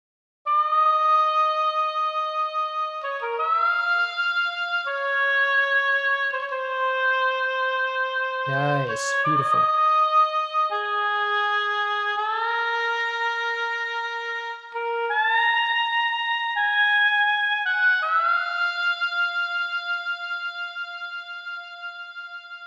And what is the panning like on this instrument? Let's see. Let me first put it into the playlist. So let me insert one above and place the melody.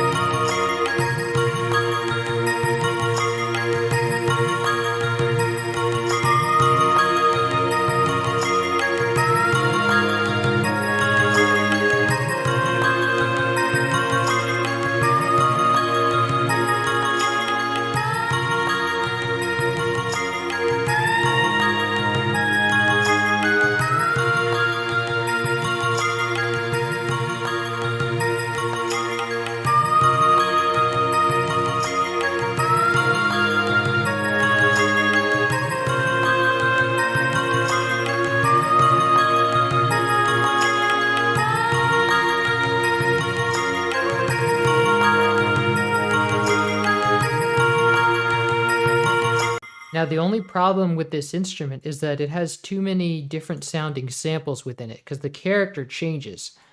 So what I can do to kind of prevent that is put a Maximus on it, and this is going to have 3 bands across the frequency spectrum that I can then use to even out what is being played. So let's go to the melody and play it, and I'm going to try to see what's fluctuating.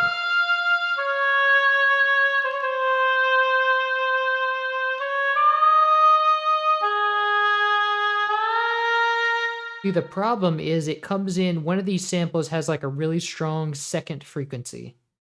And so what I have to do is single that out and see if I can smooth it out. So let me...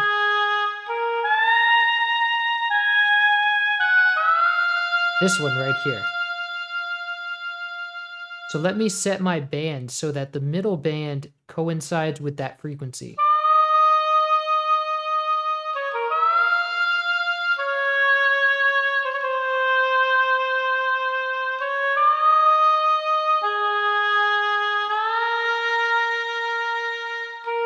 See, I'm going to sort of in post kind of turn this down 10 decibels, and then I'm gonna give it pre-gain of 10 decibels to sort of match. We can kind of have smoother editing.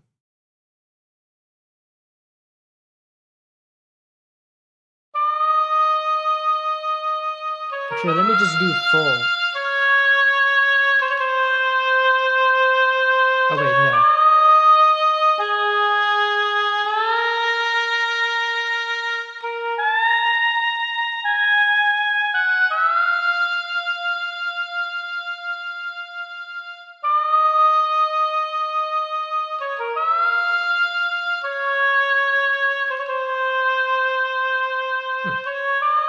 It's actually not taking.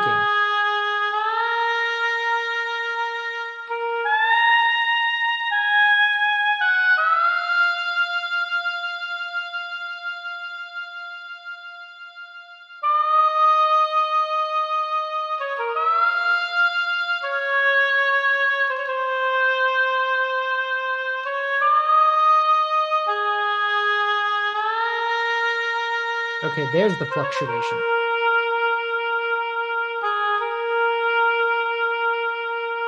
So what we want to do is make it is kind of limit that frequency.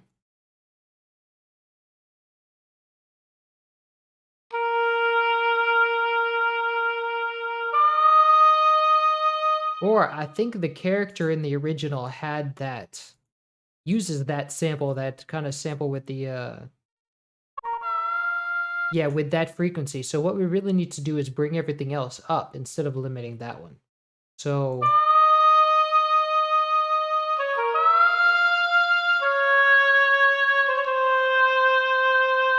nice.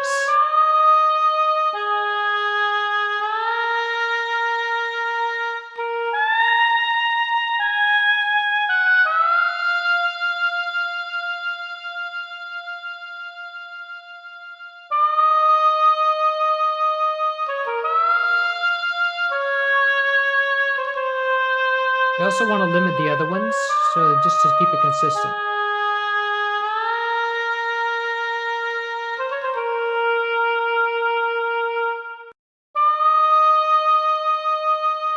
So I kind of want to use that first note as a reference because I want it all to be modeled after that first note. So let's kind of limit everything to be exactly what this note is doing.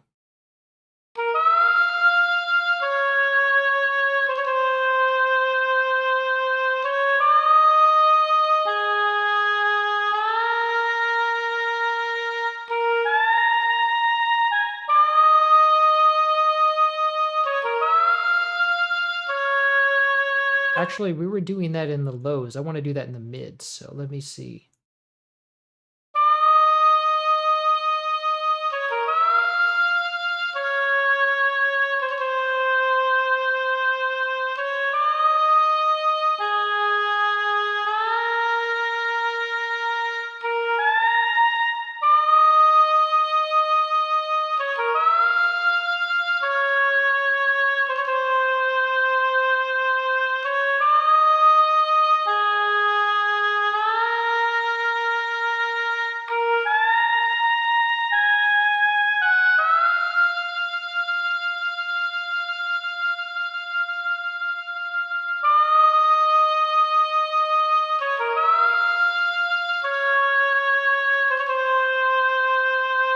So that makes them a little bit more similar, a little bit more consistent.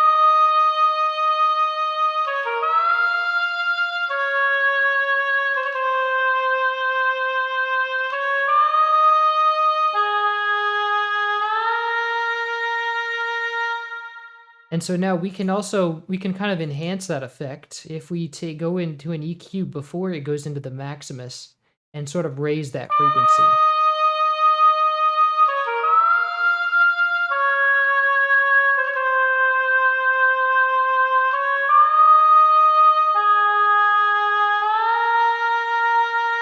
Yeah, we can raise that frequency right there.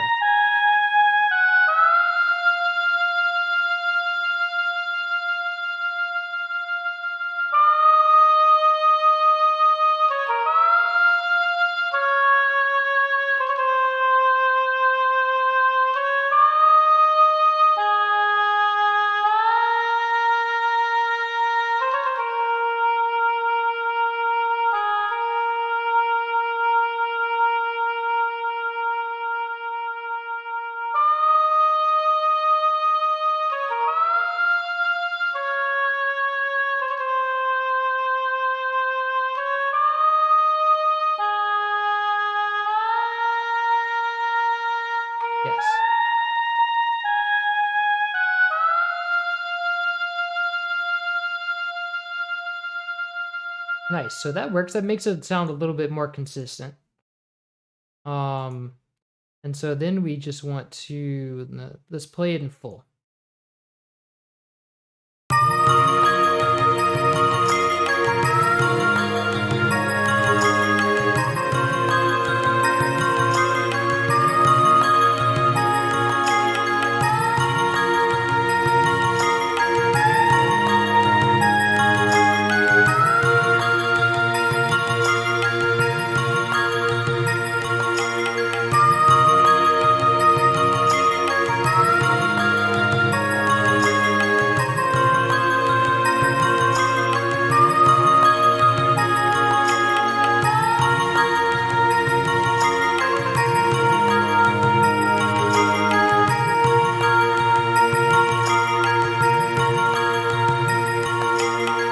What about that last one?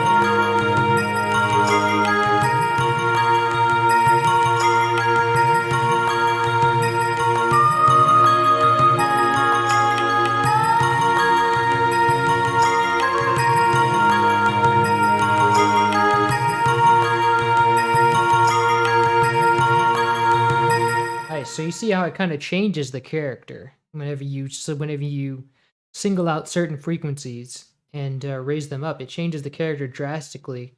If you change the character like of the second frequency, it makes it a little more nasally.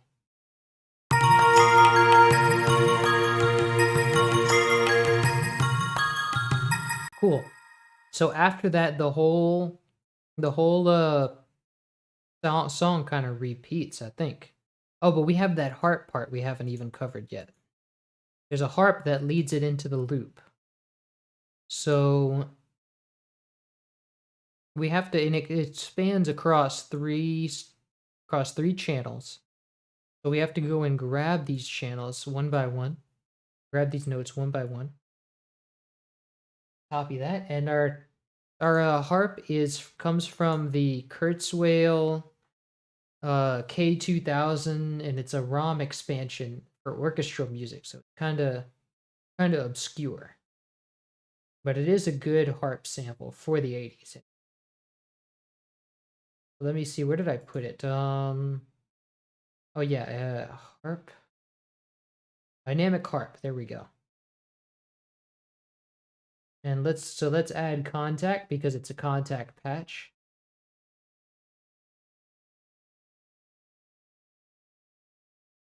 And then let's add our dynamic harp. Now, one thing that I'm worried about is that we have different pannings, like it's gonna sweep the pan. So let's listen to that. And then, so we have to wait for it to sort of roll over.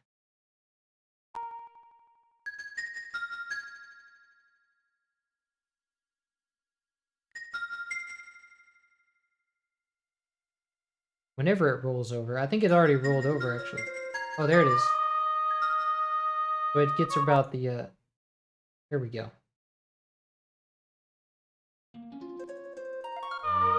Nice.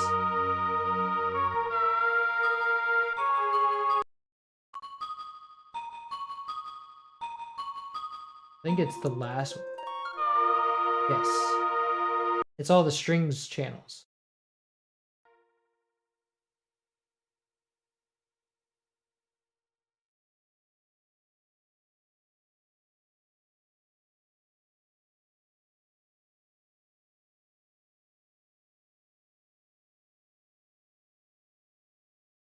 And then it keeps Hero and Echo keeps stopping on me. That's one of the things I hate about this program. It stops emulation if there's too much silence.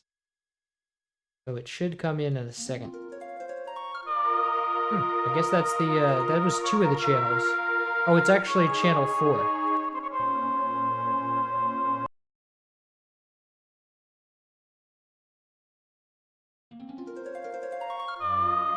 Nice. Let's check. I wanted to check on the panning for that because it's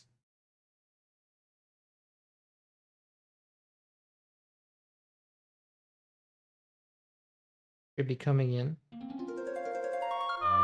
Yeah, it's got like a sweep. It's got like a sweep panning. So, and I think all the notes are the same. So we want to check for is like changing notes. Yes. It just kind of sweeps from left to right. So that's good. That means we can do it in one patch. What is panning? Panning is the difference between the right channel and the left channel in stereo. So what he's doing here is he's playing the harp like he from you're listening to the harp sound from the perspective of the player. So you have each note sweeping the note. You have the whole line sweeping from left to the right, from the left channel to the right channel. So when you listen to it in headphones, it sounds like it's going from left to right, like it's moving. So that's what we call panning. And so what I want to do is have this sweep. It's all going to sweep uh, from the left to the right channel. So I just grab these notes first of all. Actually, we grab all the notes and make an empty channel and call it, or an empty pattern and call it harp. A harp glissando there. So they call this a harp glissando. And so here's the first part of it, because it's like you're kind of glissing. You're like, gliss. So it's a classical term. They use it in the, notation and stuff. So let's normalize. Well, no, we can wait to normalize the velocity till we get everything. Let's grab our second layer. They had to do these in different layers because they wanted multiple notes going at once. And you can't do that in one channel. So you just put them in spread them across 3 separate channels.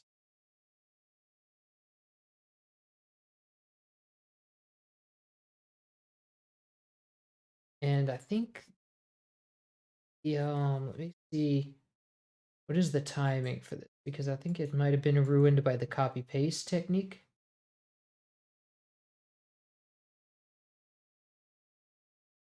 I see. So we're going in thirds here, I think.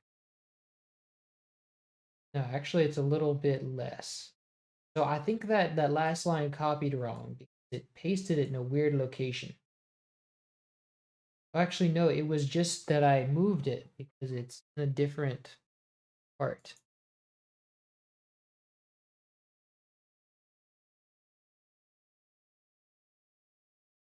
So let's shift shift I to revert and delete that. Try to get it to where it's like it's right. It puts it right here. I'm gonna have to try to spread them out when I get there because it's like let's Alt C to change the color, and then we have the theme, and then take this last layer. You basically have to have an even spread across all of these. So if we go to, oh, it's actually half a step. So that makes everything easy. Copy that. And it's in intervals of half a step. So we just go, he's just cycling up the scale. So this is a glissando.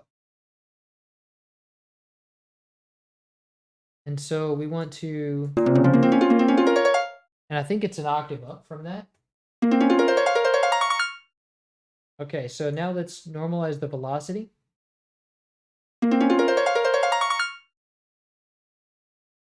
And I think that's right. He's kind of repeating that last note, but I think that's supposed to happen. As a glissando, you don't usually repeat a note twice, like the same note twice in a row.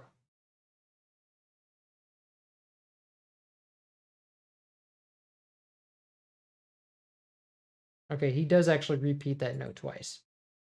So let's give it, now we just need to give it actual release. Let me legato this and actually just set it in the contact patch that I want it to have release. Well, that's new. I don't know what this is. Let me do initialize, no attack, no decay, just release. I want it to have like 1 second release. Yes. Maybe 2 seconds. Yes, that works. And so we want to have this sweep from left to right. So what we want to do is, actually, this is the only contact patch, so I can just go do the automation here. And I think it's all the way from from 100% left to 100% right. I could be wrong about that. No, it's actually not all the way. It's like 62, 75%, I'd say. So let's go for 75%. 75% left to 75% right.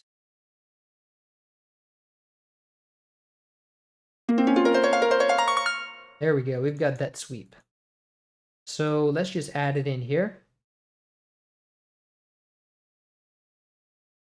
And then this is supposed, we have to do by beat, because this is supposed to start off the next part of the song. We cut it off there. And then now we're gonna, I think, repeat the whole, no, we start, where do we start in the loop? I think we start right with where that oboe note starts.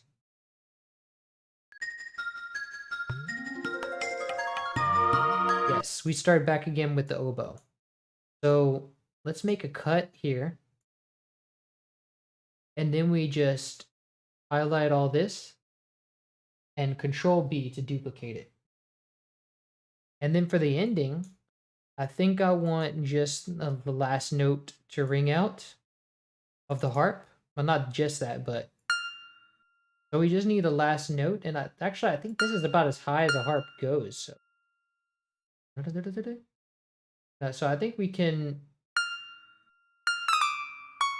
Actually, let's go back down a bit. Yeah.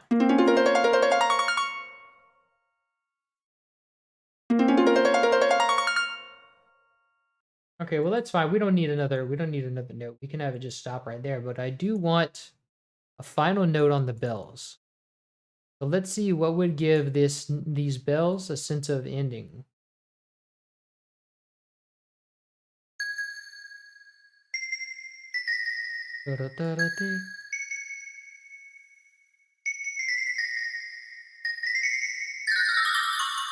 How about, because this is 5 to 1, right? So let's go 5 to 1.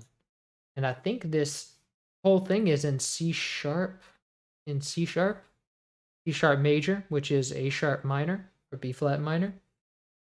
So yeah, it's actually in the pentatonic scale. It's like a kind of just a pentatonic scale, really, mostly. But I think C makes sense, so let's just do that. Yes, I like that note ending, so.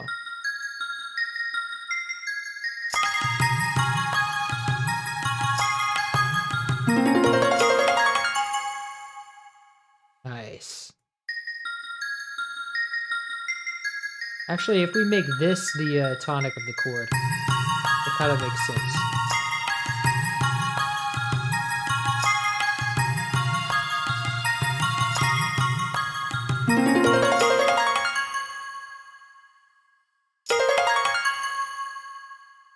Nice. And then let's give it a one note ending for the drums. Actually, maybe two notes. Let's do dun dun. So maybe actually dun dun dun. Let's maybe just do the just have this first part. No, wait, let's have no tambourine, but the rest of the drums for one bar.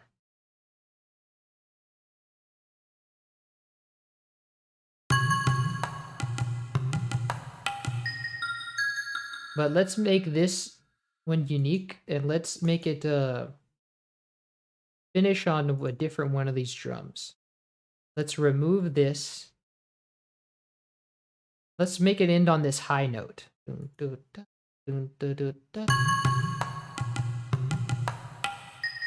Yes. So now it ends in, then we let this high tabla ring out. Yes. So we have, This is a little too loud. I don't want it to be that loud. So let's call this harp, since it's only the harp. Let's give it a mixer track. And let's send it to the lead bus.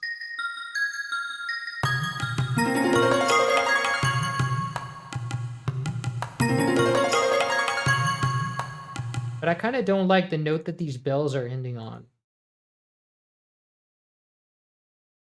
Maybe... So let's see where we kind of want this to go. Let's see.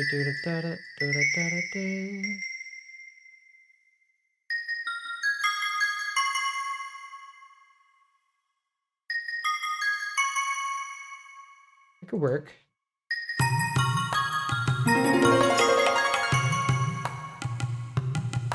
I don't know. Maybe a G, maybe just a G sharp works.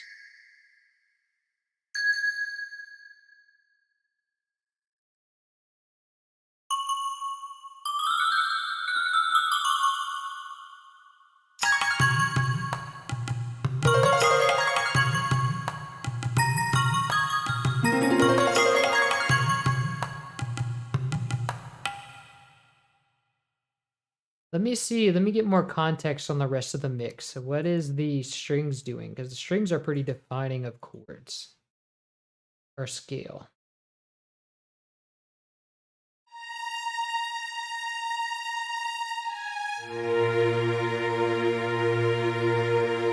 I would say this is definitely an A sharp minor. So since it's in A sharp minor, we kind of want, maybe we want to end in A sharp. End on an A sharp chord, specifically. That would mean we go straight to this.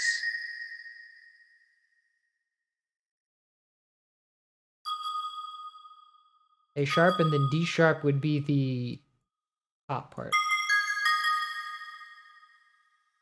Nice. Yeah, that works. That might work.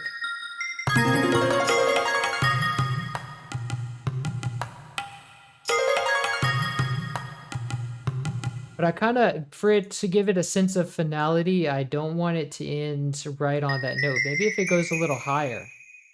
Because the third is C. No, the third is C sharp. So maybe if it goes up higher.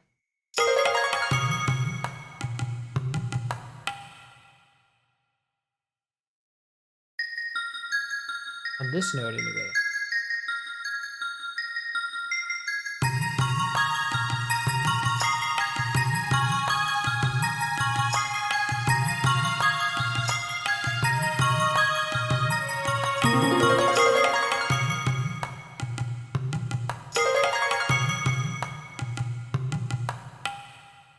Nice. Okay, I like that ending.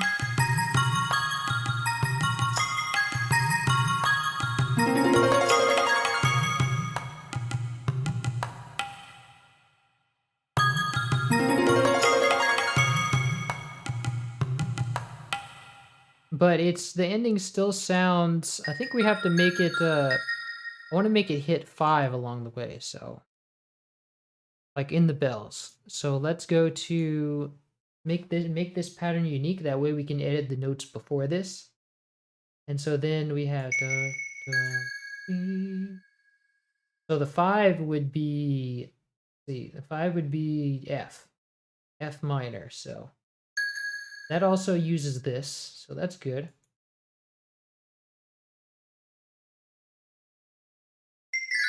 What if we do a circle of fifths kind of thing? Dun da dee.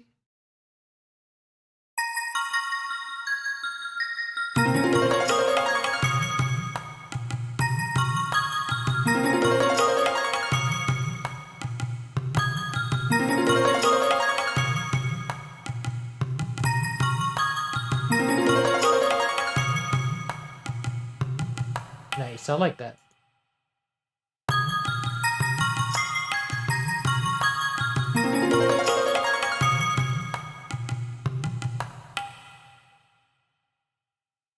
Nice. That's perfect. I like that. So now we just have to go into each into the mixing tracks, And let's really make it pop. So we'd have to say, what does each channel need?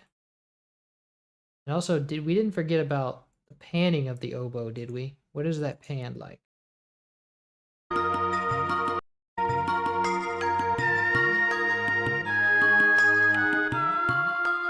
I think it's just center. Yeah, it's center. So that's like grounding us, keeping that center. So now what I want to do is just go through and make sure that everything pops. So let's go and start with the tambourine.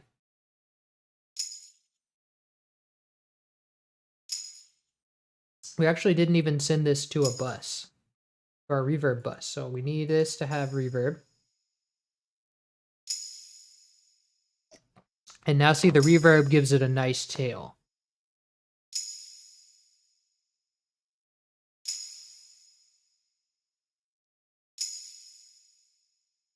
And really, we can try putting an exciter on it, but we really don't need much else. Yes, that exciter makes it fun.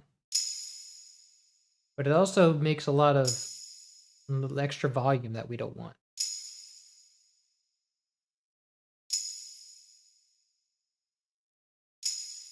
You also might want a little bit of chorus. Slow, subtle chorus.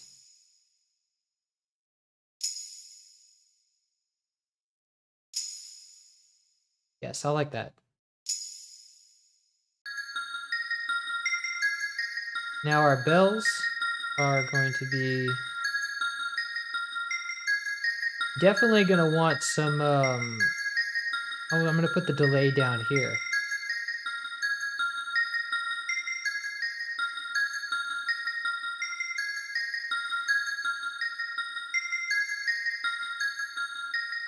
I'm going to put an exciter on it.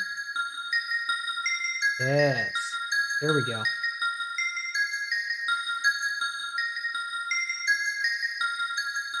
And also give it a little bit of chorus. Slow chorus.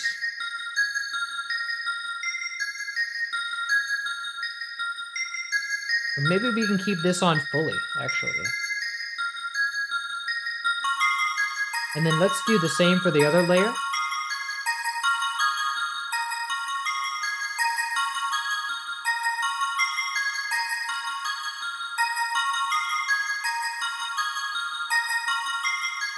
But actually, maybe we don't want that much chorus on it.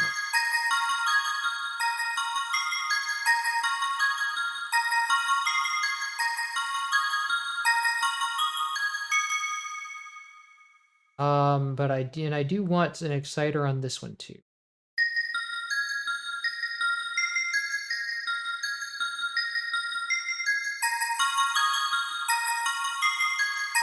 And let's also do a little bit of stereo separation on these.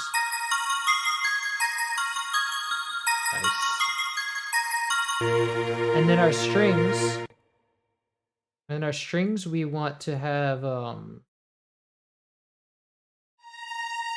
want to give it an exciter.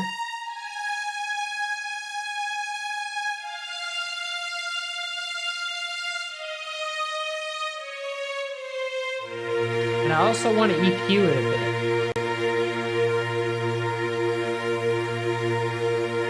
Yeah, there we go.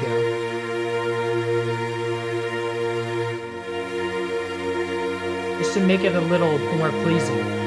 Because there's some frequencies in there that are kind of annoying that I want to get rid of.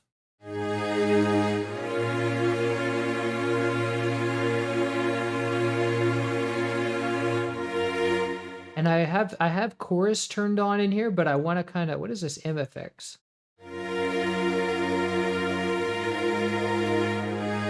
Does nothing, so. I have chorus on in the plugin, but I want to try my own chorus. Let's see, let's do a little comparison.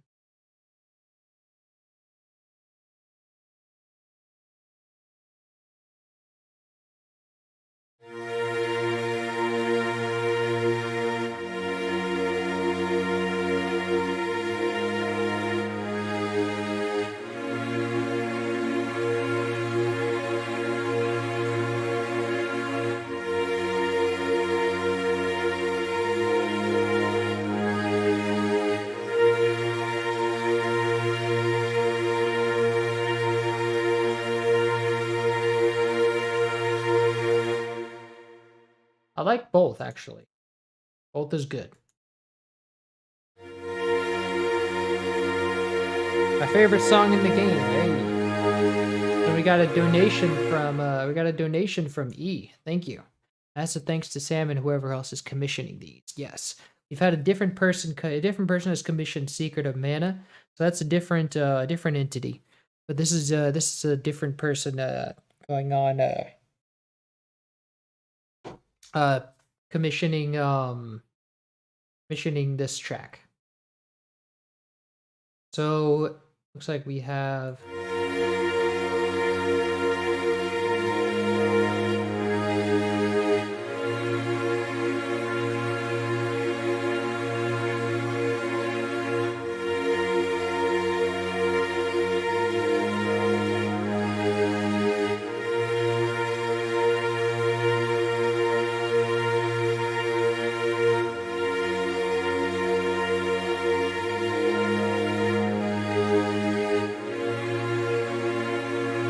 Actually, I think I like it better without the stereo separation because there's some phasing issues going on. I think that's what it kind of sounds weird. It sounds better like that. And so what I want to do then is because we no longer have panning. We no longer have the panning set, right? I want to go and duplicate these strings and I'm going to put them each into a channel. Each of the layers into a channel, I should say. And then we're going to try to get that panning right. Let me select this and Shift C, then cut, and then paste to the next channel. And then let's take this lower layer, click it, Shift C, and then Control X, cut it, and then paste. Now we have it in 3 separate tracks. So it's not going to sound different, but now we just need to say, hey, what's the panning like? What is the panning difference between these?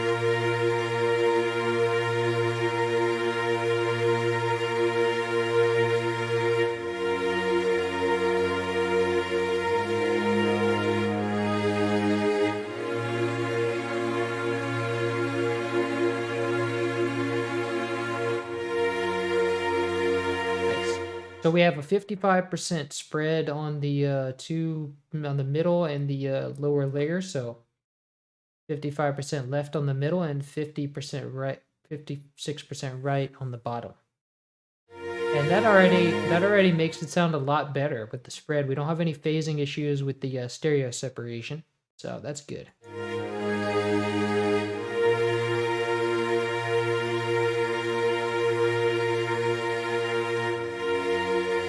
Beautiful.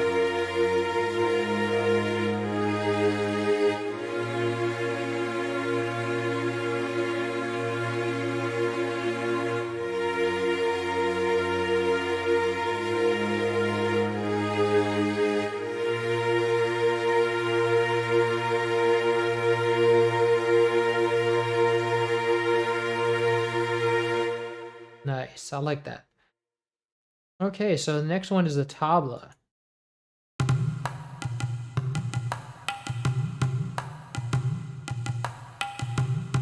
Cool. So let's put an exciter on that.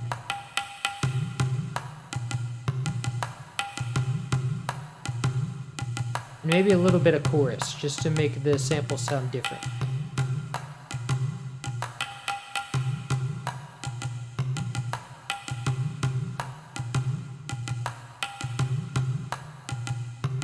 Nice. Maybe let me try a saturation knob on this too.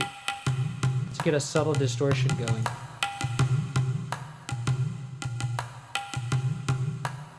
Yeah, I like that.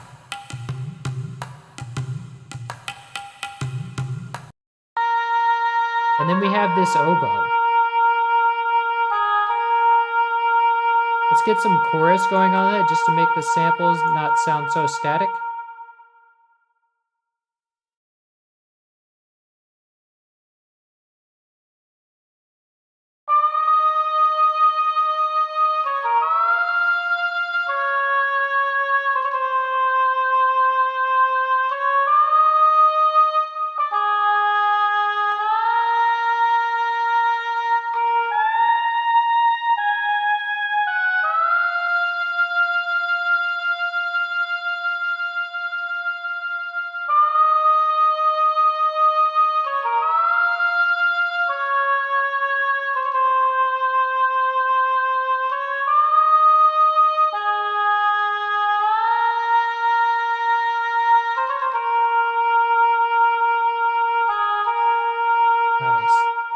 I like that. So let's handle this harp.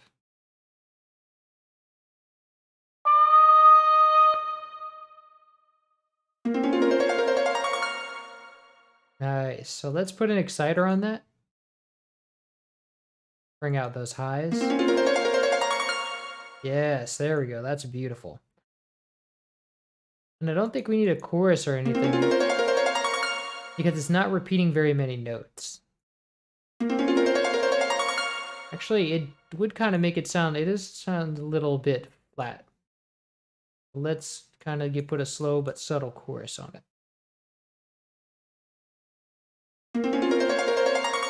Yes, it has a very good subtle effect.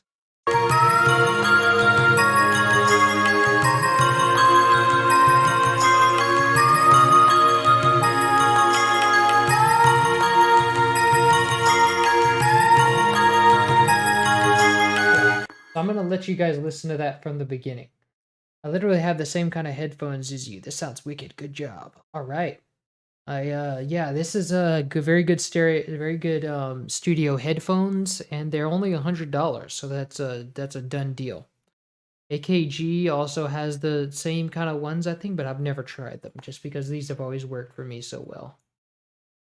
All right, so I'm gonna play this. I'm gonna start saving some stuff, and I'm gonna play this for you guys from the beginning so you can hear it and let me know if anything jumps out at you.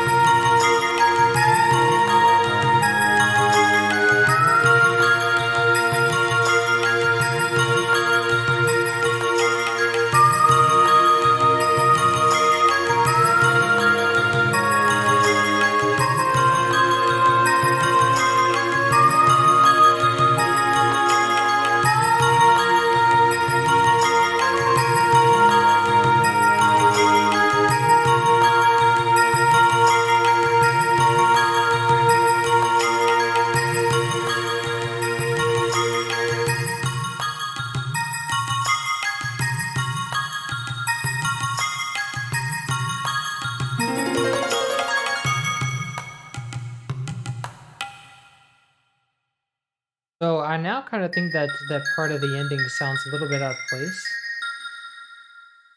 Let me check on that again.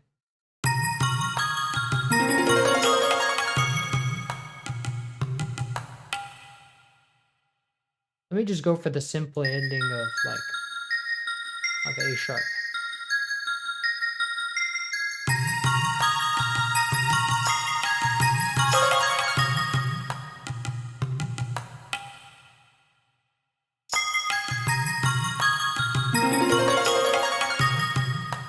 Nice. And the composer of this, I do believe, was it? Because Nobuo Uematsu, or I probably butchered that name, did some tracks for this game, but I think this was not one of them. This was Yasunori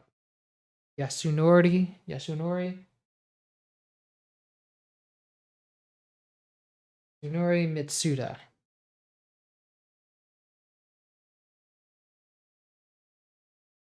And then let's see, I'm gonna play this a couple more times. Actually, I do have to do mastering on this as well, so I'm gonna take care of that, and I'm gonna play this one more time for you guys.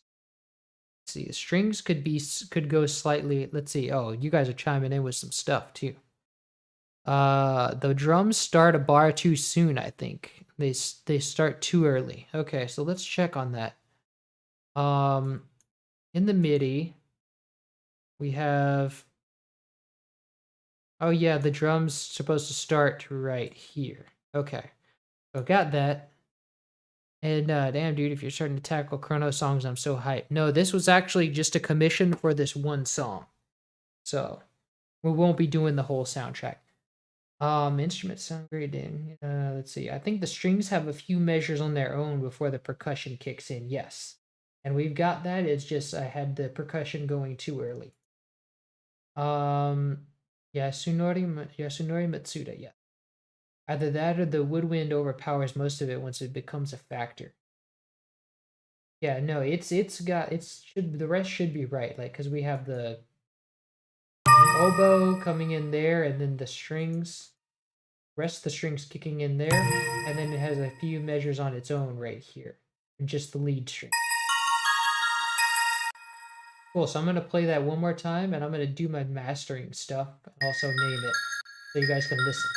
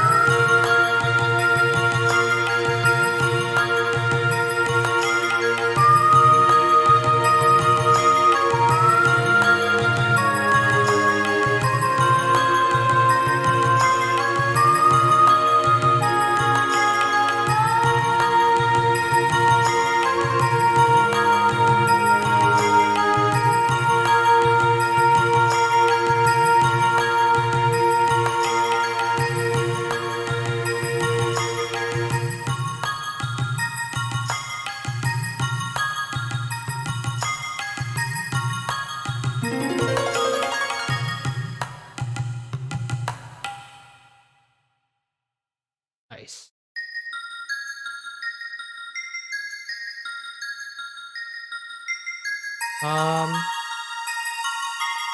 just had this feeling that I take it back. The woodwind sound right. It was just my own treble setting. I have this feeling that the harp should have less pause before going back into the horn. They overlap. Should have less pause. Let's see.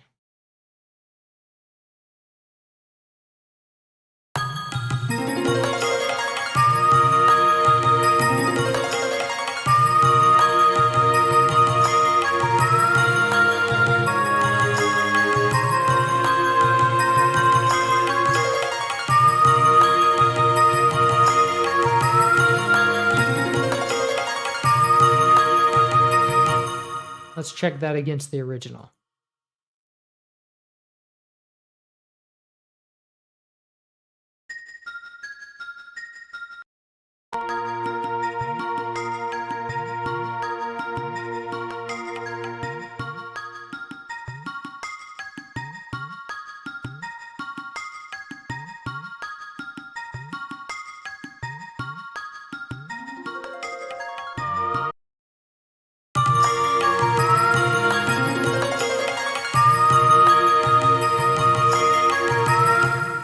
Okay, so let's see. Let me listen to that one more time because what I did hear was that the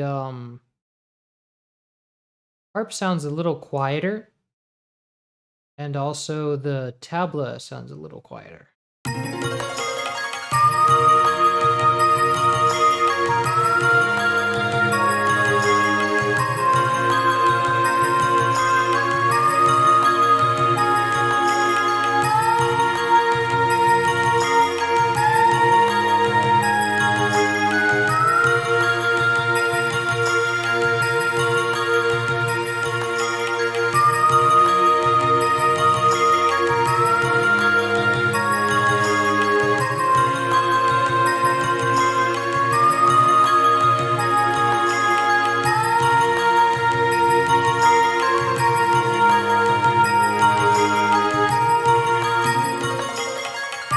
Not that quiet.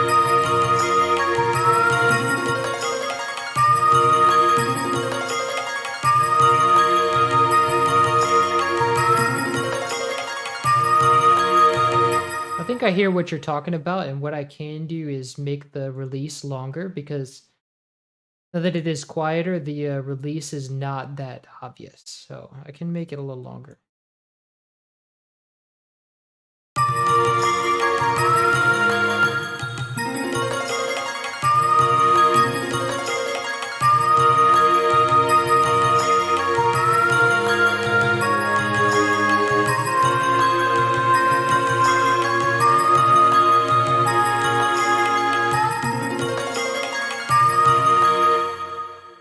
Is it even going on? Is it like... You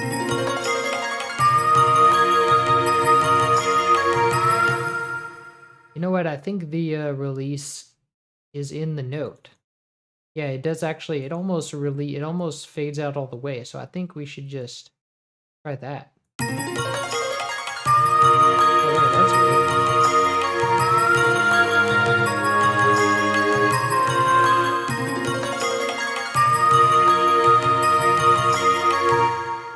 Let me listen to the harp by itself.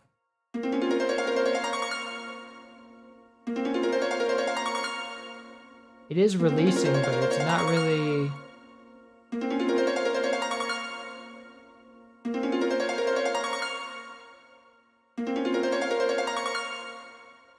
I guess I just wish the samples were more obvious, or were more like running into each other is all. Actually, what I can do is make the samples, let's make the notes longer.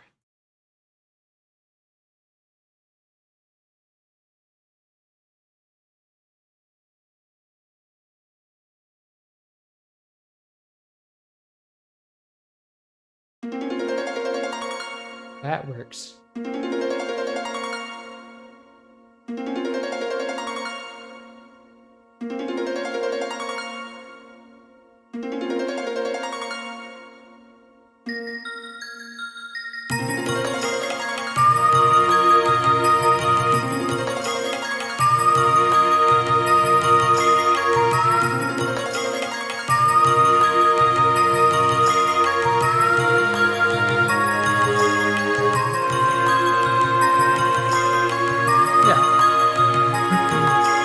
do overlap.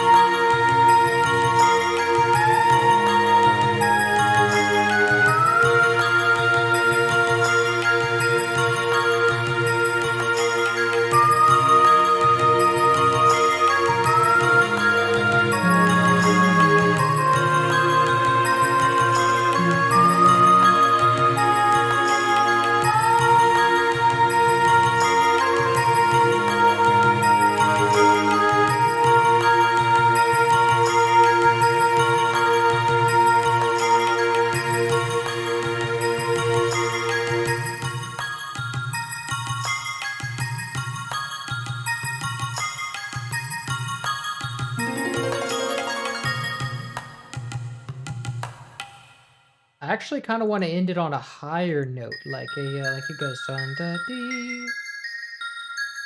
Let me try that.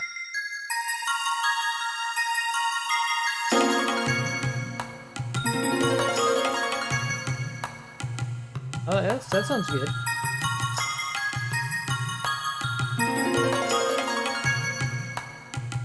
Yes, I like that.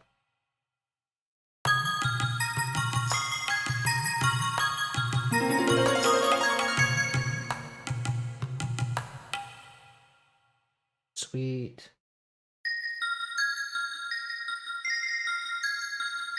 I kind of want to do a more interesting ending for the like a lead up to that hit, like dun dun dun dun dun.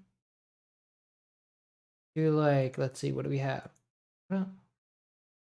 This is a slap. This won't be a. We would have to do dun.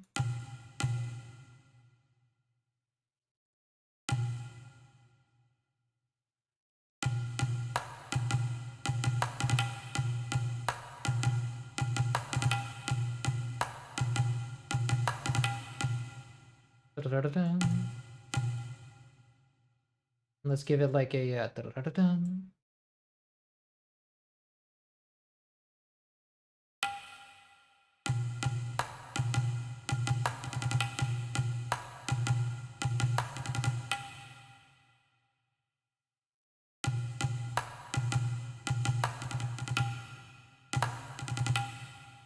Yes, there we go. Maybe even louder. Nice.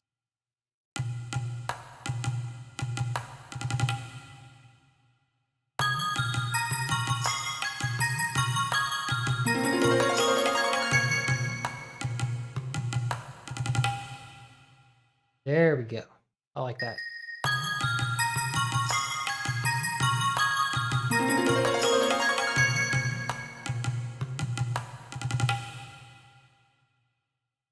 There we go. Nice. That's very nice. I like. Square Enix needs to hire you, man. You're great at what you do. Thank you. I would love it if they did, but I ain't holding my breath. You know what I'm saying? Not for any of those companies. I don't think any of them are gonna or would ever hire me, but we shall see. You never know. Um.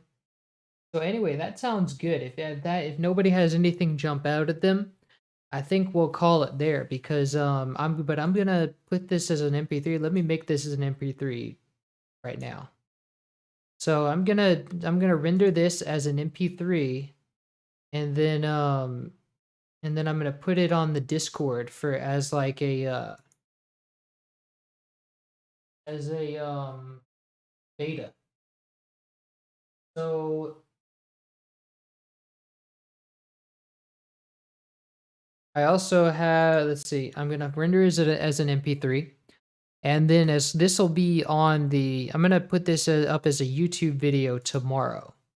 So, and if anyone wants to submit gameplay, as a like of the chrono of this stage in Chrono Trigger, whatever it is, because otherwise I'm just gonna have to play through the game and follow a guide all the way till I get to this stage and then just record it. So if anyone has gameplay that they would like to record, and you can make it in BSNES, the emulator, using the RF composite filter and the XBRZ shader. That would be cool. Otherwise, I'm just gonna record it myself. So let's see, that final bell at the end, how would it sounded if you extended the note a bit with those percussion? Oh, you mean extended the note of the bell? Let me see. Actually, it might be, let's see, it might work. Let me try extending those notes out.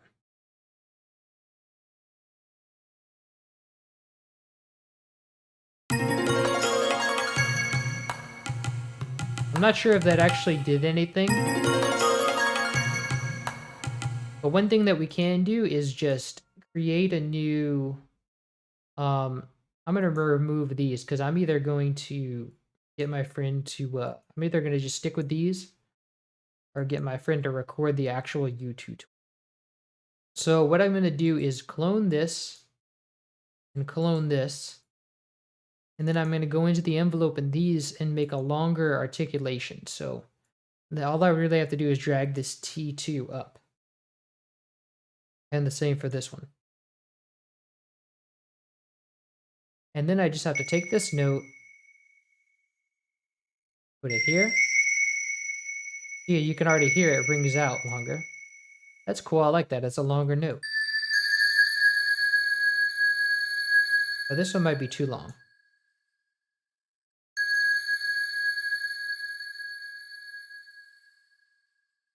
Let's go with 75. This one's 71. Let's just go with 71 because I like that note better.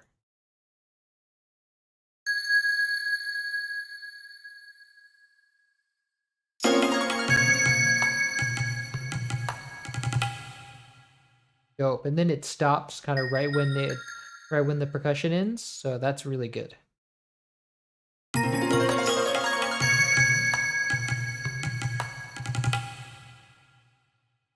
Yes, that's even better. Thank you for that suggestion. Okay, so I'm going to once again export this as an MP3. Save it first and then export as an MP3, and then I'm going to go post it on the Discord. And if you have the Discord, you can go and critique this. You can go and let me know how this sounds. And if not, and if you don't have the Discord, here is the invite link.